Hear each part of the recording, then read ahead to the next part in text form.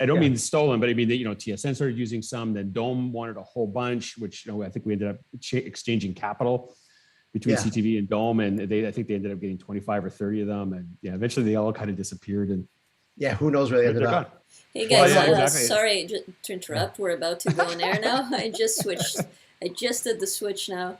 You showed up a little bit at the beginning there where you're chatting, because Anthony just letting me know. All right, so we're about to go live. I'm gonna give a short intro, and you guys are gonna introduce yourselves at the beginning, okay?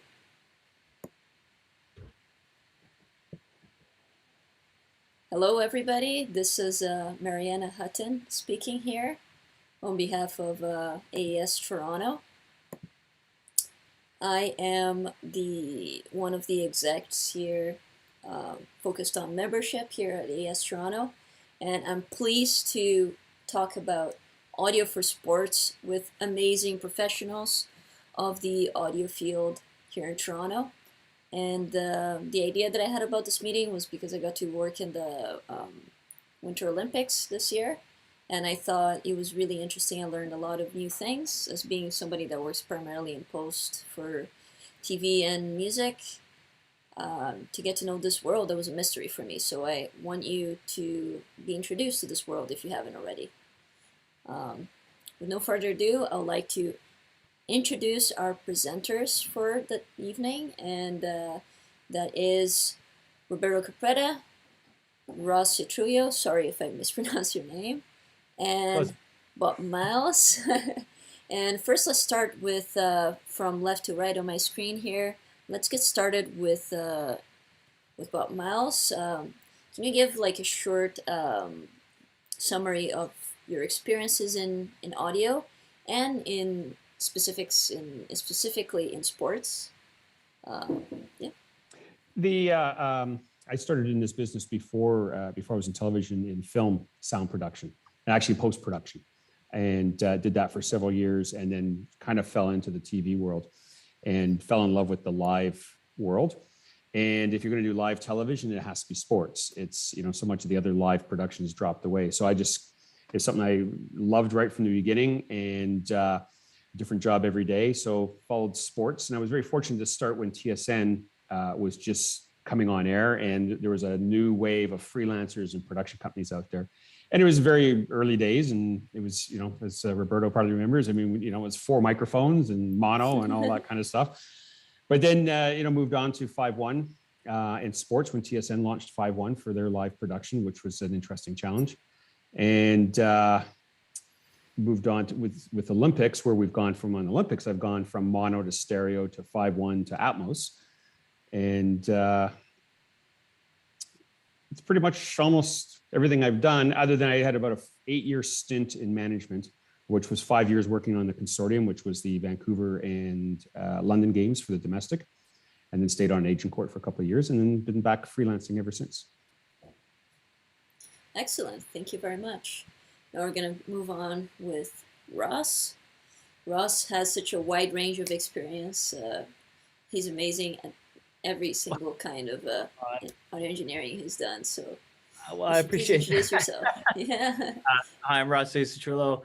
So I'm here at my studio, RHC Music. I started in audio in sort of in a very different way than I guess the other guys here, where mine was more music based when I started. It was about being a guitar player. I wanted to do rock and roll. That was my life. I was surrounded by guitars. But I got my career started actually doing post-production at Sound Dogs Toronto. And again, I kind of fell in love with the TV world, and that was sort of where, I understood that was more of a bill payer and yada, yada, yada. But that was kind of how I broke into the audio world. And because obviously it's very difficult to break into music right off the bat. And then my career kind of worked with both ways, doing the music side of it, being a producer, specifically an engineer, and then also doing all of the post stuff for a lot of like short documentaries and TV episodes and all that stuff. And then I ended up working with the CFL, as was sort of my first gig out of university. And I did all these documentaries with a buddy of mine from there, where we did the referee documentaries. We looked at the specific players and the getting traded from here to there and their workout routines and all that stuff. And then that migrated into work with the NFL. So I was able to work with the Pagula Sports Entertainment down in Buffalo, doing essentially their documentaries for the NFL, and then into the NHL world with the Buffalo Sabres, and also worked with my favorite team, the Toronto Maple Leafs. So I was able to do some work there, and that's pretty much my experience in the sports world is doing the documentary side of that, and then applying that into the live venue playback. Excellent, excellent. And you're the only person I know that won an Emmy and got nominated for Juno that I know that I know of. Thanks. So can you give like a small description of what you got nominated for the Emmy? Yeah, so the Emmy's right there. It was for through the NFL, so the NHL. So it was on the Buffalo Sabres and Toronto Maple Leafs, their rivalry in the late '90s, early 2000s with Ty Domi and Rob Ray. When they used to fight all the time, it was always like that pre-planned, or we're going to meet up, so it's going to be a scuffle kind of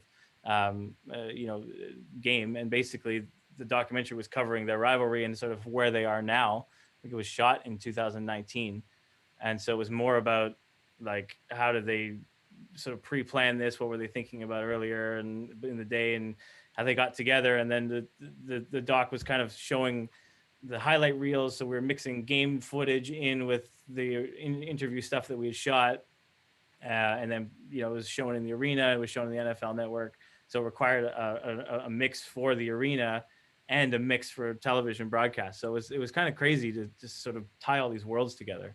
But yeah, we ended up winning, which was awesome. And lastly, but not least, Roberto Caprera, if you could introduce yourself and your story. Hi, everybody. This is going to be actually interesting because I think that there's an interesting correlation between the other speakers today. We've kind of met before, and what's kind of odd is that very few people who are in the sports mixing world have also done post. Anyway, I fell into it by accident. It was never my intention to get into sports broadcasting. I'm a McGill grad. I was told by one of my professors, who was one of the mixers at the studio, that I'm not sure where music mixing is going. Learn about video post, and there was not much video post in the 80s. So I got a job at Channel 11 because I was from Hamilton, and Channel 11 had mobiles, and our contracts were with the Buffalo Sabres. My first summer, I did the '87 Canada Cup for CTV, and Don Cherry show, and a show called In Session, which famously once had Stevie Ray Vaughan on it. And anyway, so a variety of different things. I thought this is a great way to learn about video, but I did a ton of sports that summer. I like sports, and basically had to learn how to connect it with from where I was from. And I also did post though, so I kind of did a lot of different hockey, figure skating, baseball, IndyCar stuff, and then I left to be the production designer on the sound designer on the Red Green show, and I did a bunch of stuff with Nelvana, etc. And then I ended up back at CBC, where I somehow ended up back in hockey, and I was for years the main hockey night mixer on Saturday night for the Leafs, Stanley Cup Finals, All-Star games, and I'm now lead on the Olympics. So anyway, so I'm kind of being back and forth. I've kind of done everything. I've done boom, RF, and I think all those little different things that you do help you in that job. I think that roundness makes you a better mixer.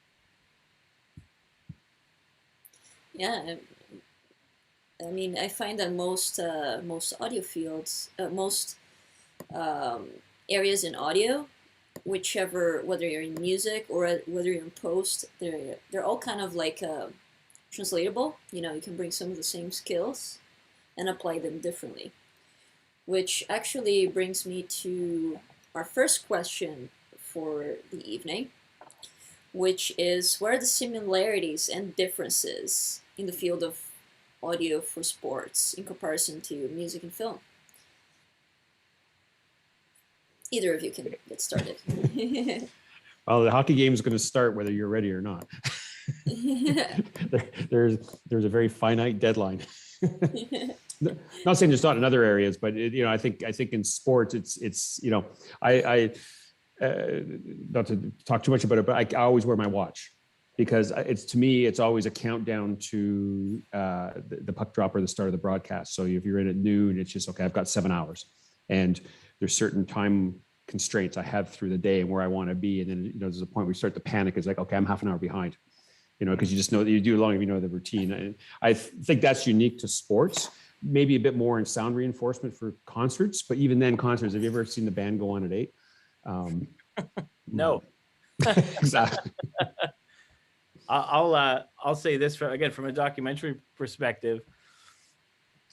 I feel like in music and in film, the audio component is quite important, and that everyone knows that. In the world where we are, it's kind of like the audio is an afterthought, where it's like, okay, I'm the player, I'm going to perform, and I don't really care where you put this mic, I'm going to still hit this guy just as hard. There's no fragility, there's no, like, they don't care about any of that. So when it comes from the documentary side of it, maybe it's different, when they're speaking on camera and they're on Hockey Night in Canada or whatever, but from my perspective, we're lucky to get any audio at all because these players are so harsh with their equipment and everything that they're not taking any precision with the gear. So I think in many ways that's different than the other fields where it's like, okay, clearly audio is important. Here they don't really care.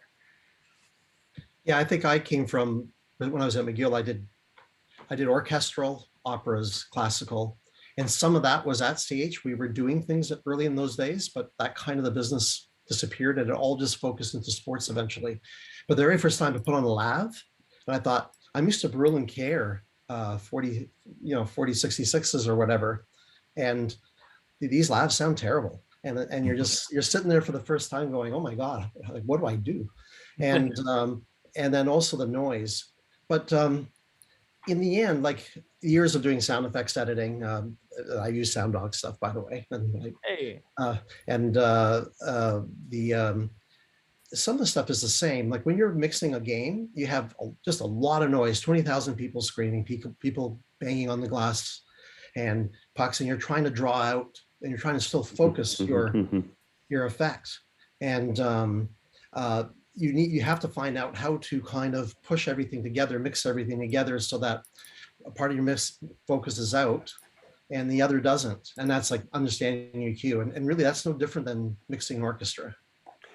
Roberto, I don't tell a lot of people the story because a lot of people don't get it, but in name dropping, but when I was in sound effects editing, one of the features I worked on, Mike Hugaboom, I believe was his name, at Film House was our mixer.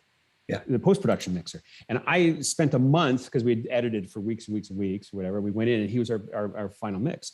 And we would sit there and we would go through and listen to all the tracks. And he would send us back every night. Okay, I need this, I need this, I need this. You hear this. And the other editors was quite young like myself. And we learned so much from just working with him that the final, where the final mix ended from where we came in with our first track was, like, it was all 35 millimeter mag stock. But that's where I learned the layering and how important it was for him. And because in the final mix was, there was the dialogue and there was, it was just a stereo mix for theatrical. But, he was so concerned about those layers and that each layer has a component. And I find with sports, I think it's the same thing. You have your dialogue and then you have your ambience tracks and you have your effects tracks and you're trying to build a soundscape live while it's going on. It's not just opening up a bunch of faders and sending gains. Yeah. Can I ask a question? When it comes to, so like, again, I'm a huge hockey fan, so I'm always watching, the game just in general. Are you, when you're mixing the audio for a game like that, are you walking the audience mics and the room mics between zones? You are actually riding them, is that right? So I guess when I see it as a final deliverable, as a stereo 2-track off the broadcaster, what I'm getting is your work being balanced across, right? And then I'm able to take that and hopefully it's consistent enough that it sounds like a wash, because it doesn't really feel like it's moving. Obviously, it's not panning, right? So it doesn't feel like it's traveling across the screen, but it does feel like there is a difference as the zones change, right? You do feel that. Well, for hockey, there's 10 or 12 PCCs. Like if you think PZM microphone, the Crown PCC is the standard. I think Bob would agree with that, but it never was a long time ago. It was done differently. And but you know, there's a difference in how people mix it. Some people are like, they'll open up mic by mic, and that's kind of me. Some people go by zones. Neither system's wrong, right? Or, you know, everybody has a preference on how to do stuff. And for figure skating, right? Well, you know, you got that PA blaring down, and you have those PCCs against the boards. It's very, very difficult. If you open up 7 or 8 microphones at the same time, you're not going to hear that skater land. And so you got to know where you are, and you're basically following along. But the trick is that you're moving microphones and you're shifting stuff in and out. Well, you don't want to hear that. You should never hear the fader move. You should never hear the fader move. Exactly. That's the magic. How does phase relate to all this then? Obviously, if you've got a zone that's the size of a football field versus like a skating rink, how does the phase of these mics relate to that? Very much. But it's, but you know, the bigger issue is if you run, what I find personally, if you run too many mics as a zone, you know, some guys have a tendency to do VCAs. Again, nothing's wrong. It's just how you set up your mix and all your dynamics on it. But, you know, they'll run 3 faders, so it's left, center, right on VCAs, and they'll have stuff sort of zoned across. And then other people will follow, like I normally just follow all the way through, follow the puck. I find you get a bit more phasing if you're doing the zones, because now you might have 3 mics that are open at the left end of the ice. And now the puck that hits the glass is being picked up by 3 mics. And it's kind of hard to run the VCA and run the individual mics to correct that. Now, maybe if somebody's got dynamics such, it's not that big of an issue. So it's very unique, I think, for every person, how they do it. Because I've gone into audio rooms during hockey games and I've watched, you know, look, people sitting, ooh, it's like, oh, I don't do it that way. But you listen to the game and you wouldn't know it. You know what I mean? It's just everybody's learned a different way. Yeah. But some people, yeah, what Bob's example is dead on. Yeah, you'll notice that mixing, if you listen to a game carefully and you hear a puck and it hits a stick, but you hear like 3 or 4 different delays, right? Because one's 10 milliseconds, one's 15, 20 milliseconds, you know, because those pucks, those mics are usually on the blue lines, on the goal lines, behind the net. If you open up 4 or 5 mics, you're going to hear click. And but then someone who mixes, I think how Bob and I mix, you're going to hear a much more precision click. Right? But don't go ahead, Roberto. You can finish. No, you go ahead. The bigger issue with doing that and trying to follow the puck is everything else that's going on in the room at the same time. That makes it very difficult because you need both hands. So as soon as somebody says, "Oh, can you make an adjustment?" or you need to talk on the intercom, you've lost the ability to use that hand to mix. So it's it's tough because sometimes you have to qualify, well, do I answer a question or do I keep mixing? And you sort of have to judge as you're going along. So if you notice the mix gets bad, it's going really well for a while. And then all of a sudden there's like 10 seconds and it's like, I don't hear the puck as well anymore. Chances are the mixer's been doing something on the intercom or something on a keyboard over there or whatever. So when you get the big budget shows, you get a sub mixer to work for you. So, and it's just one fader. Is there a math equation for how you would place the mics in terms of the pickup patterns or the range of that, where you can sort of say, well, this is a safe range to trade between faders? There was a period of time where the PCCs kept on getting lower and lower on the glass, and then they were picking up too much profundity, and the league has got quite clear protocols where they want the mics and where they don't want them. So I think there's have to be within 6 inches of the top of the glass now. I think that's also consistency, but you know, and now they allow on the national games, you can put lavaliers inside the net, RF, because they're doing that. I mean, the Olympics is a whole other game because it doesn't have the regulations or the rules from the NHL, but in the NHL, they're pretty clear. But I think you go into some arenas and they only put 6 mics out. You know, it used to be years ago into MSG and they only had 4. Yeah. 3, I think. Wasn't it, Roberto? 3, didn't they have 1 behind each end and 1 shotgun at center? Yeah, I think so. And then I would put more, I remember being in Los Angeles for playoffs and we're doing a quick turnover from a Lakers game to a playoff game for the Kings. And the guy was not interested. The LA mixer, because usually the home mixer puts out those microphones. And he was busy selling his house. So I convinced my A2. I said, you know, I'm not going to do this. I'm not going to do hockey night with 4 microphones. Basically him and I were crawling underneath the benches and putting them out. But there were specific places they got to go to. but fans also know they're there. So Mhm. some places, like the only place I can think of, I did the finals in Las Vegas, and they were going around telling people you can't bang on the glass. Right. For me, the people bang on the glass are just people who failed physics. Mhm. And but like, for example, in Madison Square Garden, there's a person who's on the far right blue, and everyone knows about him. I'm not sure if he's still there, but every time the puck goes by, he takes a pen and he taps the glass. It goes tick, tick, tick, tick, tick, tick. And so you hear this thing in your mix, and you're like, "Where's that coming from?" And you'll keep opening up the mic, and then I mentioned it to the home show person, and the home show person said, "Oh no, he's always there. Just we can't do anything." Just season ticket holder, huh? Yeah. So that's the problem you have. You have microphones right near where the crowd is, and it is what it is. We used to hang them. Yeah. For 406s in Buffalo, Sennheiser 406s, eventually 416s, maybe over nets. We did that in the early Maple Leaf Gardens stuff. As Bob will remember, there were 2 blue line ones. Yeah, the crank. Yeah, death defying, 14 stories up, no hand railings, like catwalk that you wouldn't want to go up on. And then when we did the Canada Cup, we hung more microphones, 2 microphones over the nets and 1 over the center. But they were shotguns. And in Maple Leaf Gardens, it actually sounded pretty good. We got very good pickup. Well, the ceiling in Maple Leaf Gardens was always so good for that. Yeah. Montreal still has 6 816s that are owned by the building in the ceiling. So. And then the audio problem, which we've just sort of touched on, and I think Ross was mentioning. Well, we've had to raise them up. They used to be a lot lower, but then they were in the shot, and no one wanted to see a little line in the shot. Yeah. And so basically they went higher and higher. Now they're becoming crowd mics, but at one point in time, you used to get great pickup, and people expected them to be there, and that is an issue. It's an issue. We have to hide microphones in a way that works for.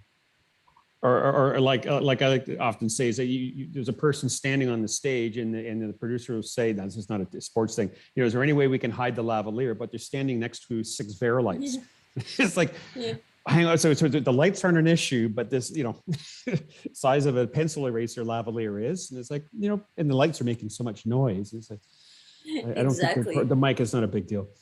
No, we don't want to see the mic. The audio is always, the last thing, you know what I mean? When it comes to that. But then we have to, I know that like on Hockey Night in the past several years for me, I do a lot of Bob Cole's games, and he would listen to his games, or his relatives would listen to games, and I get the report that, within hours after, what his sister-in-law thought of the game. Or Jim Houston, who's I basically was paired with most of the time. Jim would watch the game in 30. And he's been around a long time. I'm sure Bob's done like a ton of baseball and stuff with him over the years. And he did TSN hockey for the longest time, right? Yes. Yeah. Huey, So Huey always basically watches the game after, and he'll tell you, et cetera. And he's very specific. He didn't want too much crowd in his ears. He wants to and he doesn't want his voice over compressed. He wants it to breathe, and which I don't have a problem with. And but yeah, so, and those people, they report back, and they have a lot of influence. So we might be up against it, but in the end, we have to please production, but we have to please the announcers. They have to like how their voice is sounding, how things are going, and they need to hear what they need to hear. Bob would always talk about the crowd, and so to try to mix in. There's probably no better compliment when you're actually mixing the show that the on-air personality says something about the mix they hear in their headset. I mean, that happened to me like 2 games ago, and one of the players yelled to one of the other players, and Craig Simpson said something. He says, "Oh, you can hear him calling for it." And I'm going, "Yes." Yeah, and Craig's got very good hearing. Incredible. Yes, he likes wearing headphones. He still has. He can hear everything. Yeah, well, he's used to being on the ice, so he knows those are cues for him when he was a player. And that's the other thing when you get players that are versus commentators. The players, I always think, I've never played hockey that way, but I've tried to learn what's important for somebody who's played hockey, what they would want to hear.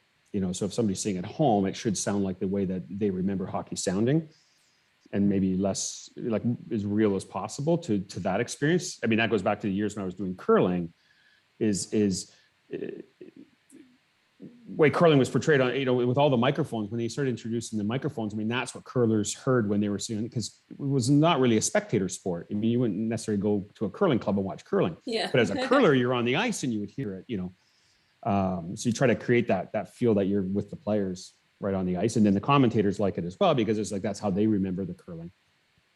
Yeah, And exactly. then maybe to answer Ross's question from earlier, right? Like, or someone's questions about, this is like music, right? If you've grown up and you started in music and you're trying to, you know, the musicians have got to like what you're hearing. I mean, it's from their perspective. When you mix a band, it's got to sound like they imagine it. And in a way, this is the same thing. I think Bob hit it on the head there.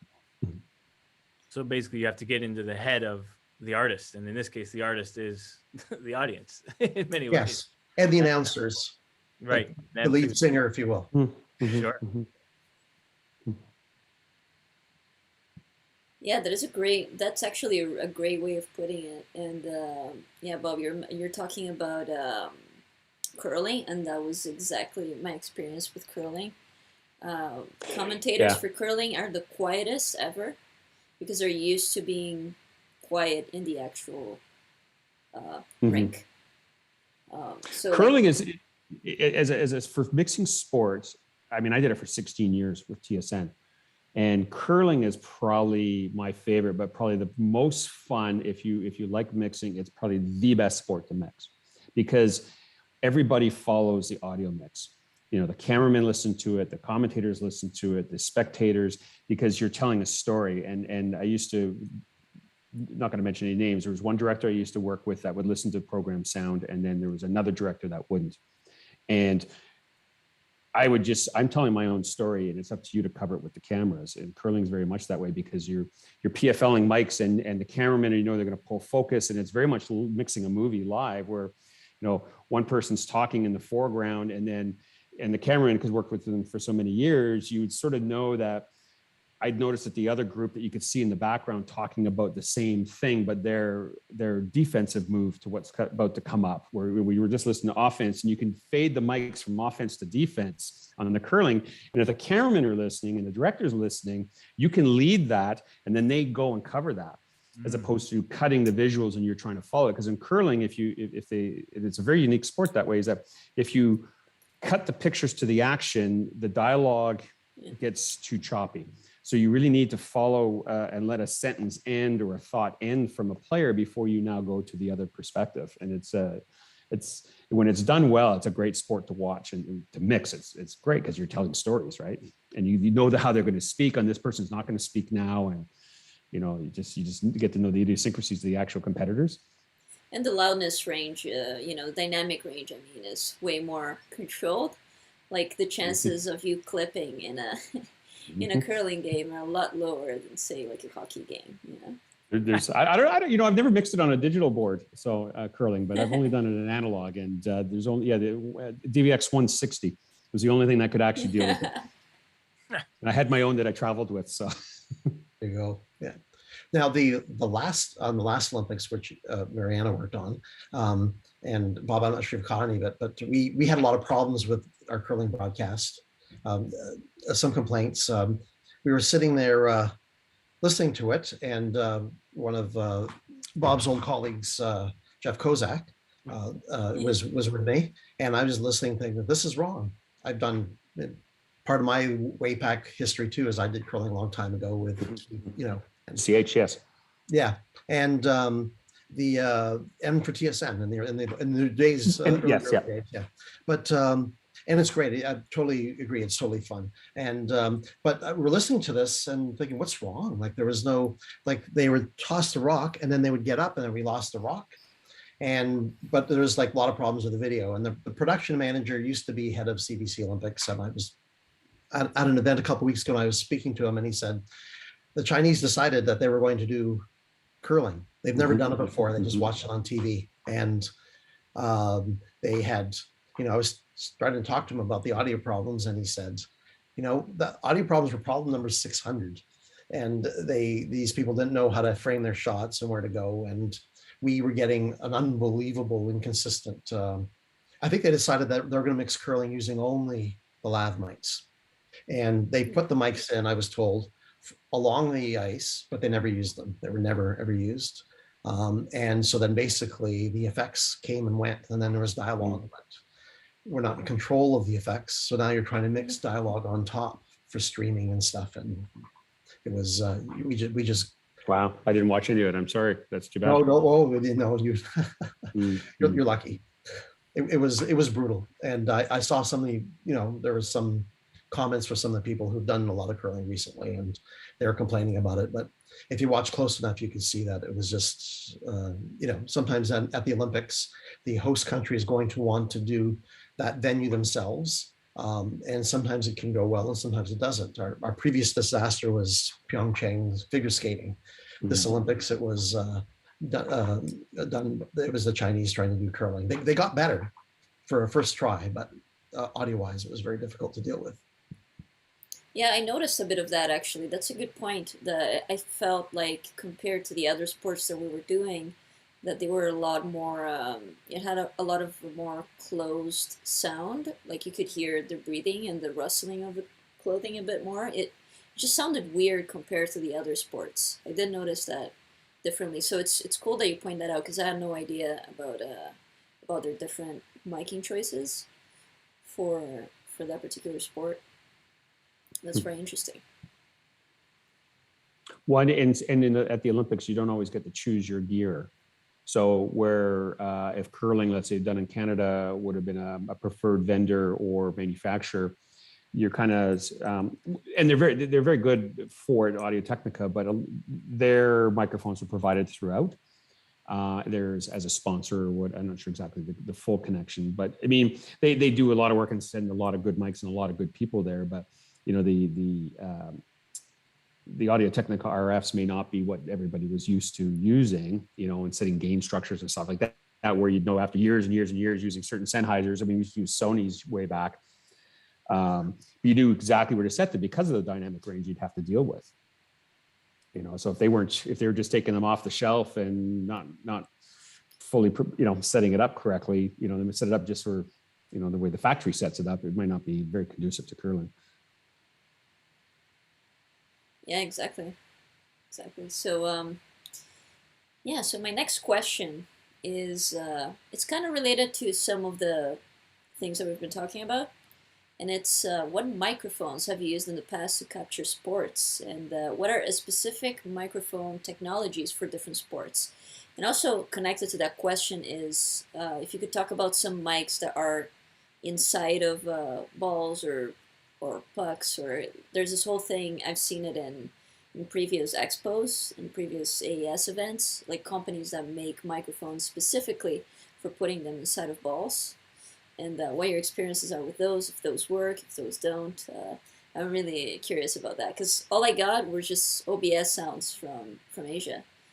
So I didn't get to see that part. I only dealt with the commentary, so I'm really curious.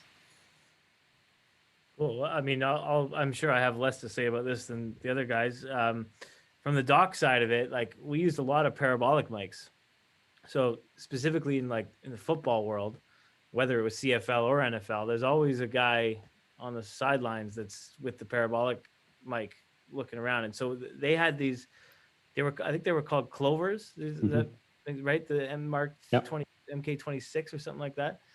And so we got to use those, and those were anytime we were doing any storytelling, because again, the whole point of the docs that we were doing was more like they were called Bills Embedded, and the CFL ones were, I forget the titles of those ones, but the idea was that it was all about like creating a storyline out of nothing. So whatever the game was, whatever the pregame was, whatever the storyline was between the two rivals of the games, we were just supposed to sort of create that content and create a story from whatever we're given. So we were just trying to shoot everything. We weren't like, okay, we're going to mic up this guy and he's going to be our featured guy, or we're going to mic up this coach. Whatever was presented to us, and we just had to kind of find that action. So I was always there with a boom, trying to get the specific interview stuff. But we had a team of people that were sort of shooting whatever we told them on radio with the parabolic stuff, and that kind of, I mean, for me, that was very new because we never worked with that in school or anything I'd done before. And so seeing the parabolic stuff in action was, I mean, that was super cool for me. And then seeing how useful it was later, because like he would, the editor would tell the story he'd create what we had. And then the only content from the mics that he had were my boom, which I was sort of tethered to him what we were shooting, and then any live stuff that we were able to pick up just on the fly. But when I did the post on it, I was able to get all the game day footage from all these parabolic mics, and it was like, okay, now I have a real story. Now I can tell the whole thing from the audio side, and they can make shots usable without having to narrate over it. It was actually, I mean, that was revolutionary. But that was my first experience with that. I'm sure that happens a lot more in the broadcast than you'd think too, right? Well, you want to go, Roberto? You go. You have.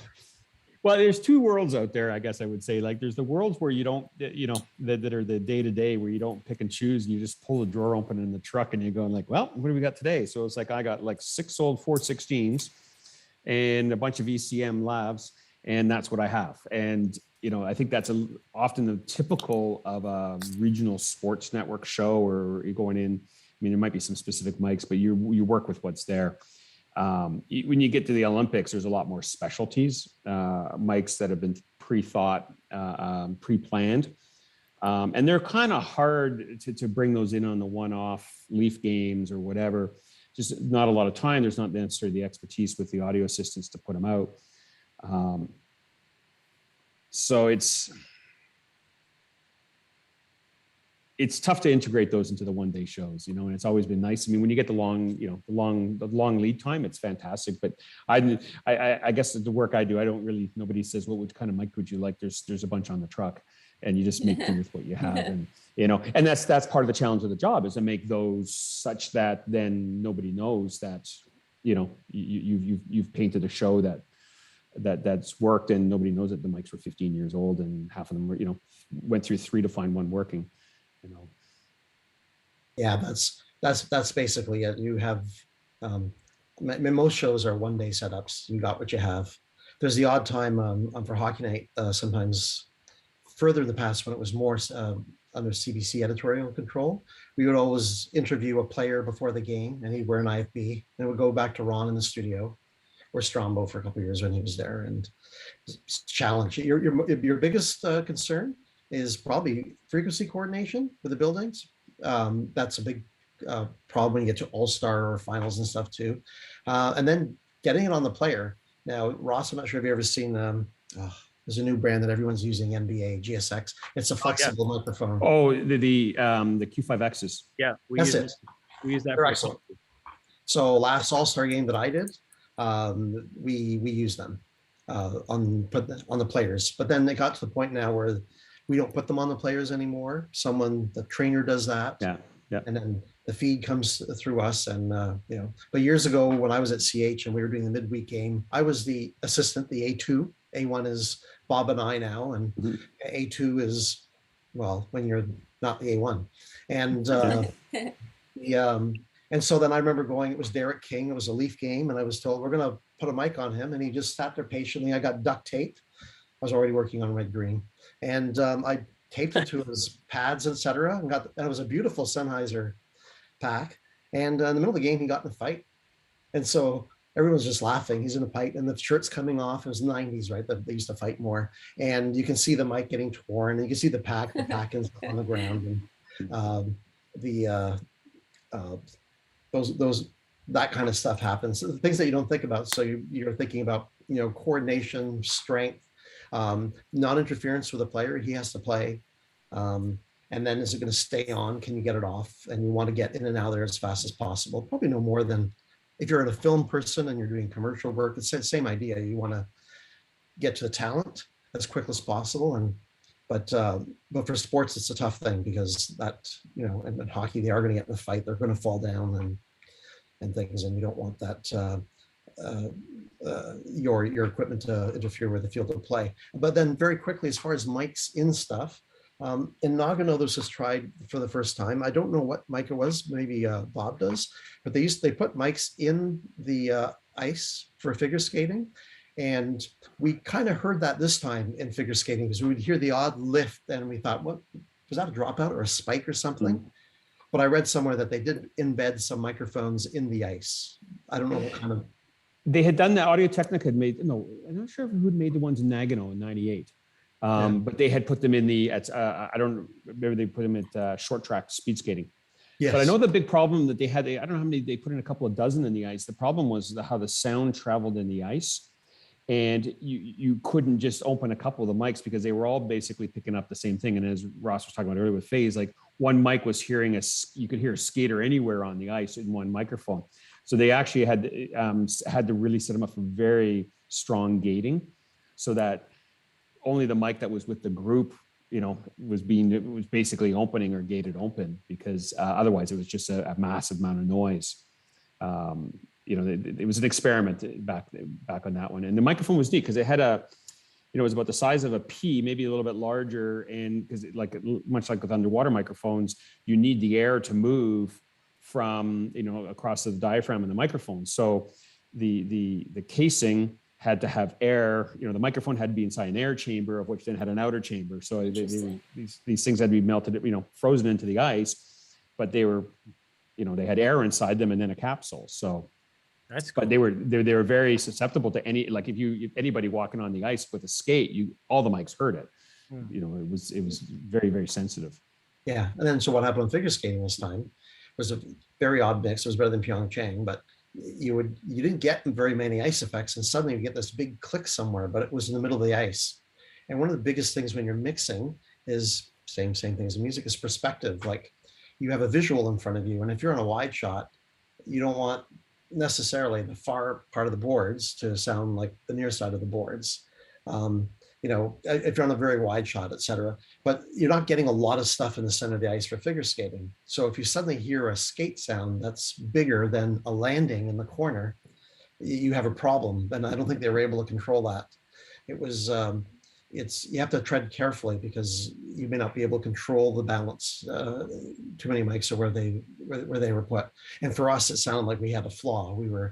When there's a problem in the Olympics, there's a number you call and you send it aside, and you try not to be too tough on people because no one deserves to have 100 countries phoning complaining about every kind of thing. Yeah.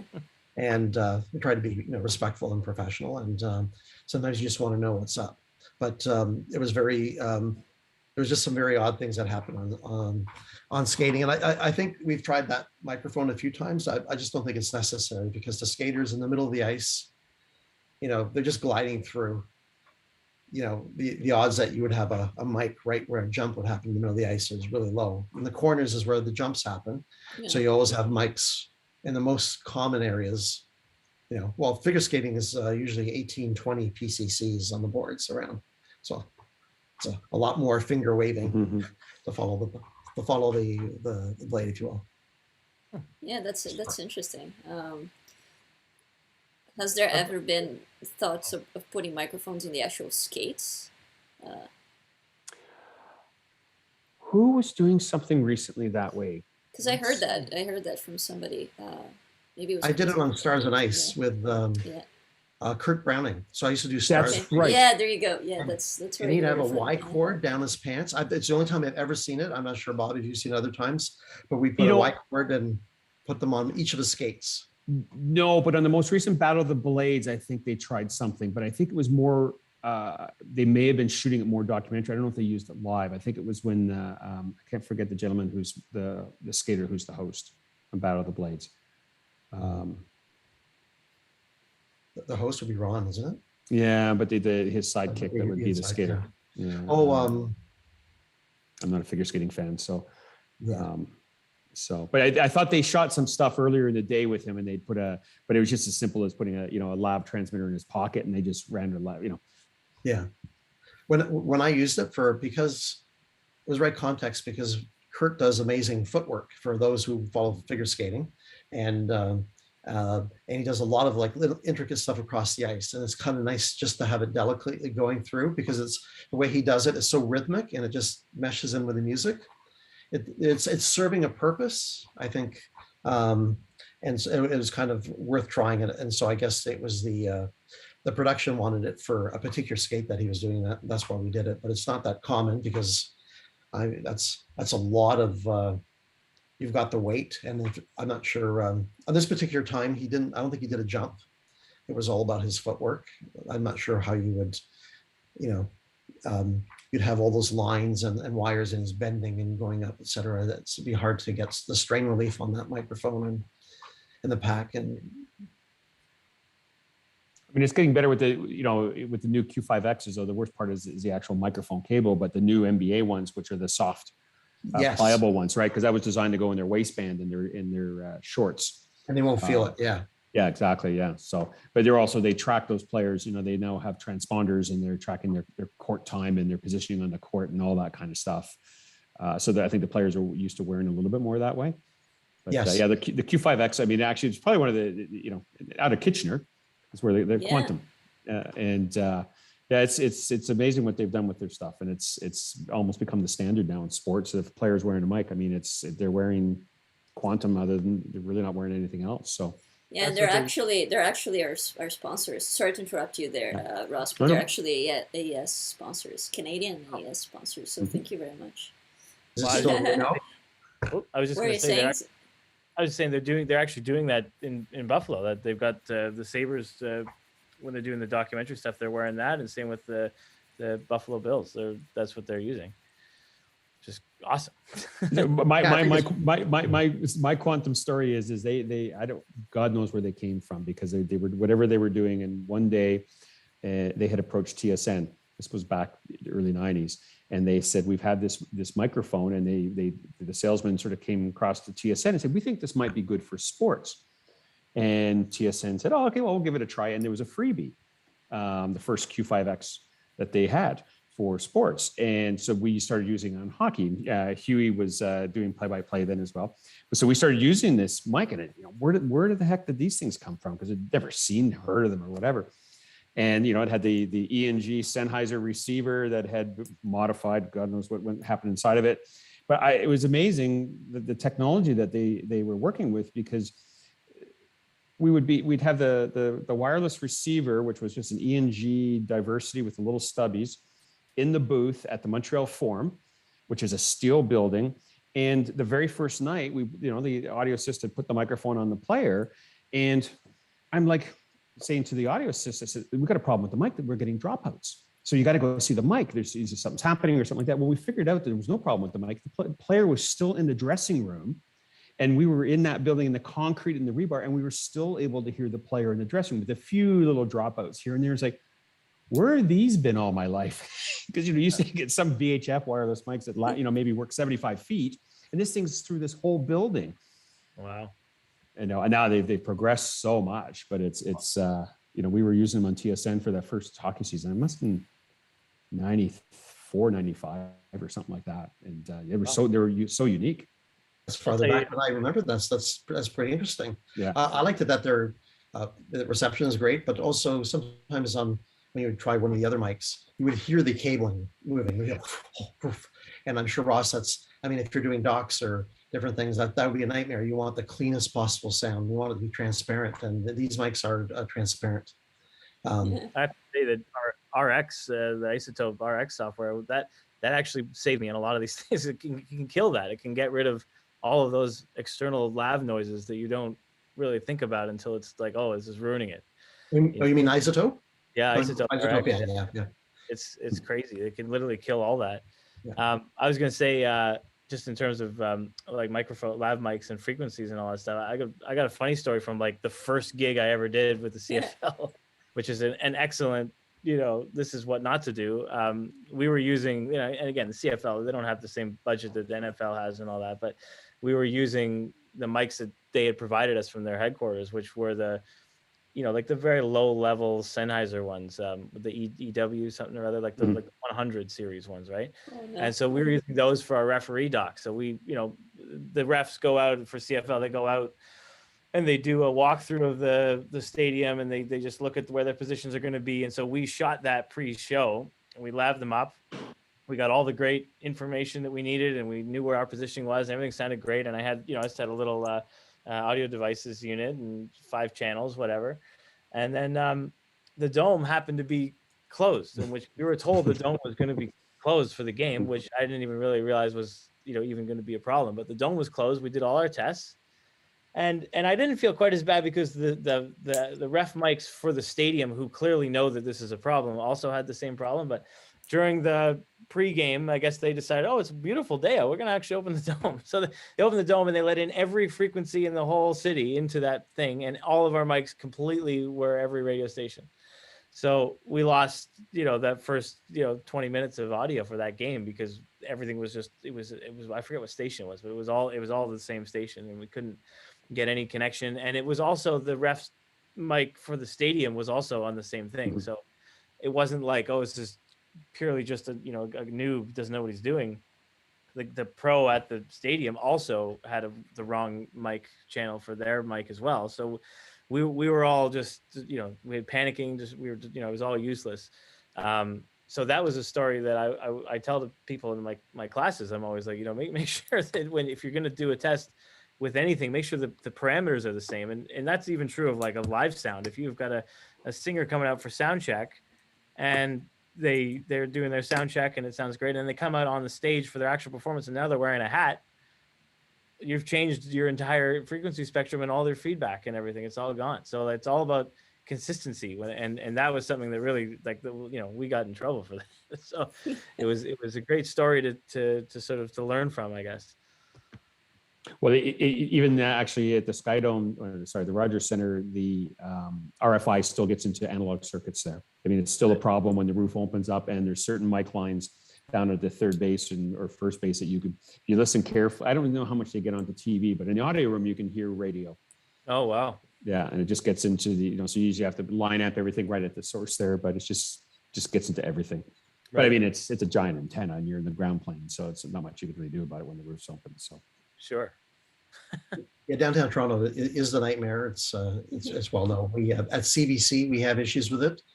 When they built the CBC in downtown Toronto, the studios are up on the 10th floor, and one of them is basically a Faraday cage. So, but we had issues, and I'm the coordinator for the building. So when Rogers was in there with Hockey Night Studios in there, we were pushing about 400 different frequencies if everything's turned on because of all the different news and stuff. But if you go outside, you're in just big trouble with the tower because we're right underneath the tower too. There is no space to find stuff, and it changes. Right. And now with the big shift and the 600's gone and the TV stations have moved a bit, it's even more difficult.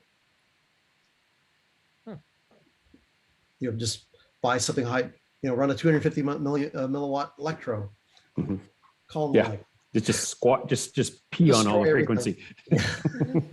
What was the worst venue acoustically that you had to work in? Like, I mean, the actual stadium or arena, the worst acoustically sounding or most problematic. It could be for RF reasons as well. Well, I can tell you, this was sort of my answer for another question, but I can kind of give you an idea here. So a lot of what I do for the Sabres is mixing their game day audio, which again is often broadcast calls, but their game day audio for in-game presentation. So whatever the opening of the game is, like whatever's shown on the screen, that's what we're mixing for.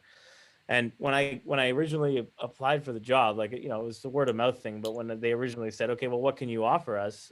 I was like, well, I don't know what to really do with this arena. I'd never been there before. And on a walkthrough, they have it's like a 25-foot like ceiling expanse where there's no sound paneling. They've dropped paneling from the ceiling, but it's like hanging straight down, and it's really just this huge pocket. Like it traps like 250, like you wouldn't believe. Like it's just this huge bass, like low mid bass trap kind of thing, and it affects the intelligibility of everything, not only just the playback, but also whatever's being spoken on microphones in the arena, and even like the refs calls from when they have to talk after a penalty, whatever. And what I did when I went in there is I was like, well, and I was thinking outside the box. I said, let me make a profile of the arena from various places in the stadium. So I used Altiverb. I don't know if you guys know that software. I used Altiverb, and I set up a bunch of mics around the different places in the stadium, and I shot it out through the PA, and I made an impulse response of the room. So I got, an IR of the press box where the owners sit. I got one of the gallery. I got one at ice level, one in the 200 levels, whatever. And then when I did the test mix for them, I used that here, and I ran the mix, like I did the mix like I normally would, and then I ran that mix through Altiverb on the master bus with the setting of that room.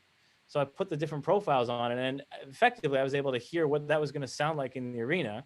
And then I made a master bus EQ change before the Altiverb to tweak the mix to the master output, just to change where the dialogue was sitting and where the music was overlapping. And it made enough of a difference that you could intelligibly hear the dialogue. You could hear where the differentials were in the play-by-play, the announcers versus the crowd, whatever. And then when I sent them the mix and they listened to it in the arena for their test, they couldn't believe that it sounded that much different than all the other audio post stuff that they did.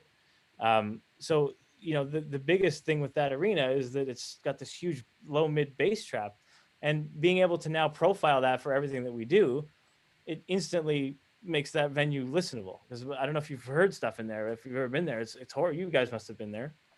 It's really quite horrible, expansive audio. So, so this effectively fixed it for them, and I built that profile so that they can do like their smaller budget, the stuff that they don't necessarily have to outsource, and they just put that as a preset in Premiere or whatever they're editing in, and now they can hear that in their room or in their headphones, whatever, before they even send it to the game day.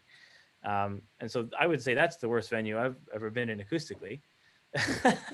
Which I guess was I was going to say the Saddle Dome is pretty bad, but it's one of the oldest ones now too. So, right.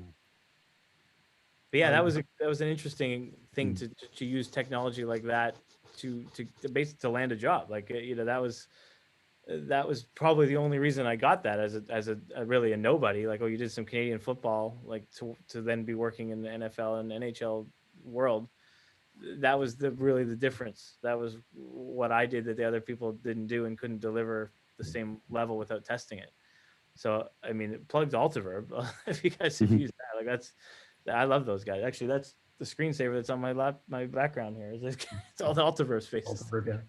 It's brilliant you're doing that. Most people wouldn't bother doing it. But it's like knowing your venue. I think when I was in post, I did some commercial. I had to do commercials and stuff for the Blue Jays, and some stuff played in the Rogers Center. Just the same issue. There's a lot of low end rumble, and you know, maybe I think they said a lot of people who did stuff before, they would, you know, they would mix it like for radio with a ton very compressed and low end. And once that low end gets going in a bowl, in most arenas and bowl, it's gonna go out of control. And so you have to mix for the venue instead of for your room. I think in arenas, I always thought Scotiabank was really loud. Then Mike Hayes, my assistant, and I at the time were in Nashville, and things can also change. You might know a venue, and in the middle of game one in a Stanley Cup final, and I was getting no effects. I was going, what happened? What's going on with this PA? And Mike sent me a picture in the middle of the first period, and he went underneath the stands. He said, every section has these giant, gargantuan, like, you know, speakers the size of a refrigerator bins underneath every section that they put in just for the finals, so that it was louder than they even were before. Where is this? So, Nashville. Nashville, okay. So Nashville and Las Vegas, I think, they're not many louder. Vegas, I was just there for the All-Star game. It was insane. Were you there? Yes. Insane, yeah. It's clean, but it's loud as hell. Wow. Yeah, it's loud. Yeah, I mean, go ahead. I'll never complain about Scotiabank Center again. These guys are infinitely louder. Sorry, go ahead, Bob. I was going to say, because Scotiabank's gotten really bad during the NBA. I haven't done many hockey games since they put the new system in. A few, but not regularly. But I've did a bunch of NBA last season, I guess, and it's brutal. Like the commentators, when they do their opening on the court, they're right off the bat, like the producers are saying, "What's with the sound?" I've got two mics open on the court. That's the PA, and the broadcasters were complaining because it was so bad, so loud. Yeah, well, I guess to answer Mariana's earlier question, what mics to use, sometimes it comes down to the simplest thing. So Dome is a supplier for most of the trucks. And so years ago, just before I got back to CBC, I was doing NBA shows and visiting shows. And you'd have Tommy Heinsohn from the Boston Celtics standing at center court and someone else. I think he's passed away. And yeah, the two guys would do their open. on the court, but you'd have an Omni, a 635 or an RE20 or something that was in the trucks at the time. So a couple of other guys said, they said, to hell with it. I bought my own Sennheiser Md46s, which is the standard mic that you see now everywhere. I bought a couple of my own because I got tired of putting up two microphones and not being Amy Hill guys talking to it. And the director will scream at you, turn down the effects, basically, you know, the sound of the arena. And I don't have any effects mics open. I just have those two microphones open. They're pointing up at the PA though. And we will get yelled at for that kind of stuff. So better microphone helps, but even with that better microphone, it's, you know, it's almost like Indy car racing where you almost need like a little shotgun mic. Does this come down to the front of house person at the venue, or whatever you want to call it, the broadcast up in the booth? Like, are they just mixing too loud? Are they just really happy? You want this one, Bob, or do you want me to go ahead? Well, I mean, I'm sure we could both have different similar answers, but maybe different aspects. I don't know where the NBA is at now. The NBA used to be very clear about SPL levels, and I believe they still have guidelines. But that's only during play, I believe. That doesn't affect any sort of other festivities that are going on in the building. So they do control the SPL level between home team and away team possessions. That there's specific numbers they can't exceed. So, you know, so there's not an unfair advantage to the home team with, you know, communication and stuff like that. I don't know other leagues that have that, but again, I know those guidelines don't affect when play is not underway. I think so. Anything during halftime or whatever is a free for all.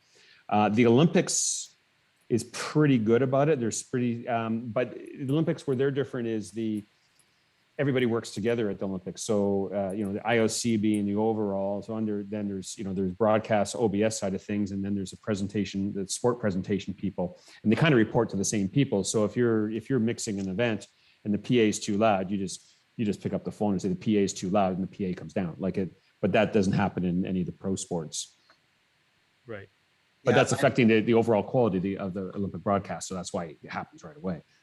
Yeah, we've complained, we've asked production sometimes, and I guess I'll tell us, this is, by the way, not a criticism at all of the people at the Scotiabank Center, which I know personally, and I'm sure Bob does. And we're told that they're told to do that.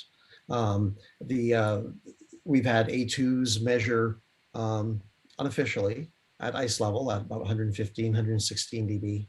Like for things, and I think we've gone beyond that sometimes, and that's illegal, and apparently they pay a fine. There is a fine for going over, but they gladly pay it, and they just go over again. You shouldn't sit there for 3 hours. I'm going to sound like the old guy now. You should wear hearing protection. What about you're saying SPL levels? Obviously, we're talking about PA volume, but what about when the crowd is just into it, and they must be able to cap those volumes, right? So how could you pull that back? You can't really, right? It is what it is, but the only thing we can control is the PA level. And what happens if the crowd gets louder, that PA will go up to try to get on top of them. Will they ever sweeten a crowd? Will they ever go, okay, well, the crowd's really not that into it, so let's pump some audience into the PA? Will they do that? The only time I know of them doing that in any of the pro sports I've done was been during the pandemic. But I think they did it in Jersey, I think, Bob. Okay, and I know an example, like, I mean, it's maybe not crowd, but in Calgary, they, because of the acoustics of the Saddle Dome, is at the upper bowl seats, you can't hear the ice. And we would feed an ice effects in Calgary to the public address system, and they would, in the upper seats, they would pump some ice effects into that. Interesting. I don't know who else, any other places specifically. I know Calgary specifically because it's very soundproofed up top, and the way that it goes, the hat goes up at the top. You can sit there and you can watch the game. You can't hear anything on the ice. So I've been told. I'm always in the truck. So, but it's like, why do they want but you don't hear it on any of your mics down below. Like, it is just way up top. So I'm sure there's some arenas that do it. I mean, it was actually during the NHL pandemic, what they were doing with the enhanced audience, what they call the EA.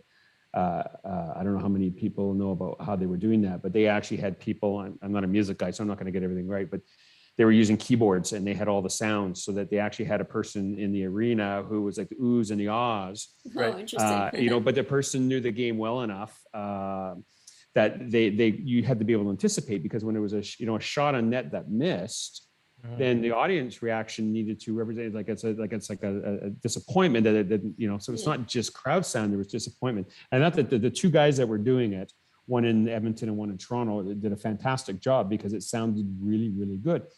And the other thing, which I guess I think in our industry they know about it, but maybe not the general public, is all those effects came from EA Sports, I believe. So who makes NHL the game? And they had gone to all the arenas as part of the games, part of the gaming package before the pandemic, because it was something that they did. They had recorded all the individual arenas. Right. So when we were doing a game in Toronto, the enhanced audience that they were running in the arena was unique to the home team. Wow. It wasn't just generic. So you could hear it'd be like "Go Habs Go" versus "Go Leafs Go."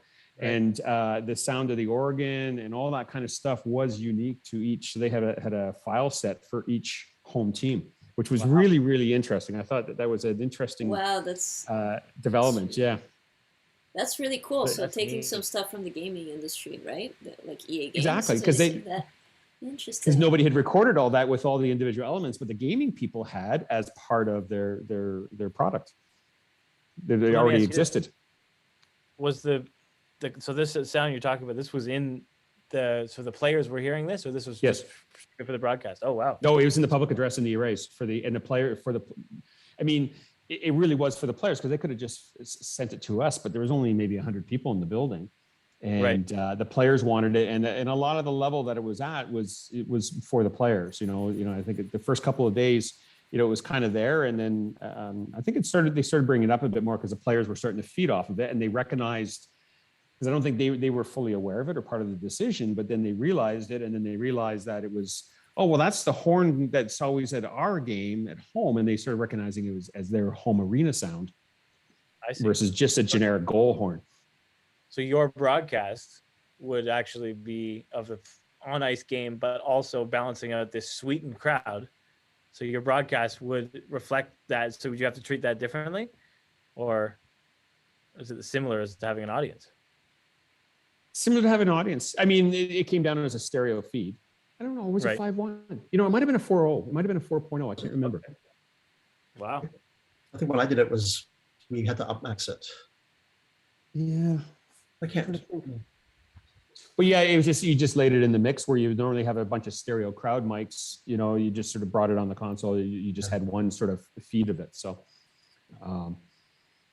it was, like I said, I thought that was a very interesting development in that game. I mean, you can't beat the natural sound, but it was amazing how realistic it was. And the guys got better as the games went on. They learned and on the fly, because they were music guys. Didn't Cozy did one of them?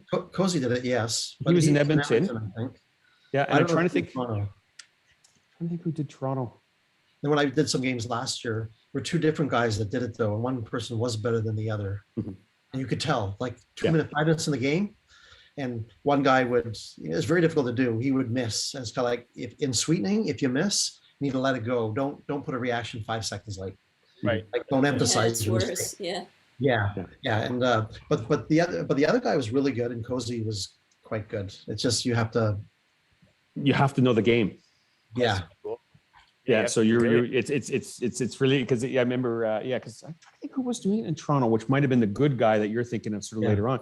But they sat in the broadcast booth, or the broadcast booth up in the gondola watching the game, and they had the keyboard with them, so they were watching the game in front of them. They were not watching television. Right. They watched the game. Yes. So I think they were using Ableton. Ableton, that was it. Yes. Right beside. That's what I used to play back music. One more point of clarification. So just so I remember, so if you were doing a regular game with a regular audience, you'd have your audience mics in the room, and those would be coming down on your channels for mics, whatever. And then the broadcast would be the game ice plus the room, whatever. Now with the sweetened audience, were you using the room mics to capture the sound of the no crowd, but the sweetened crowd in the room? Or were you getting a direct feed of the sweetened crowd from the playback of Ableton? Both. You'd get a direct feed, and you would probably put out a bit of your own ambience to get that bit of a delay. I see. So If it was if you actually wanted to create any type of rooms, some natural reverb.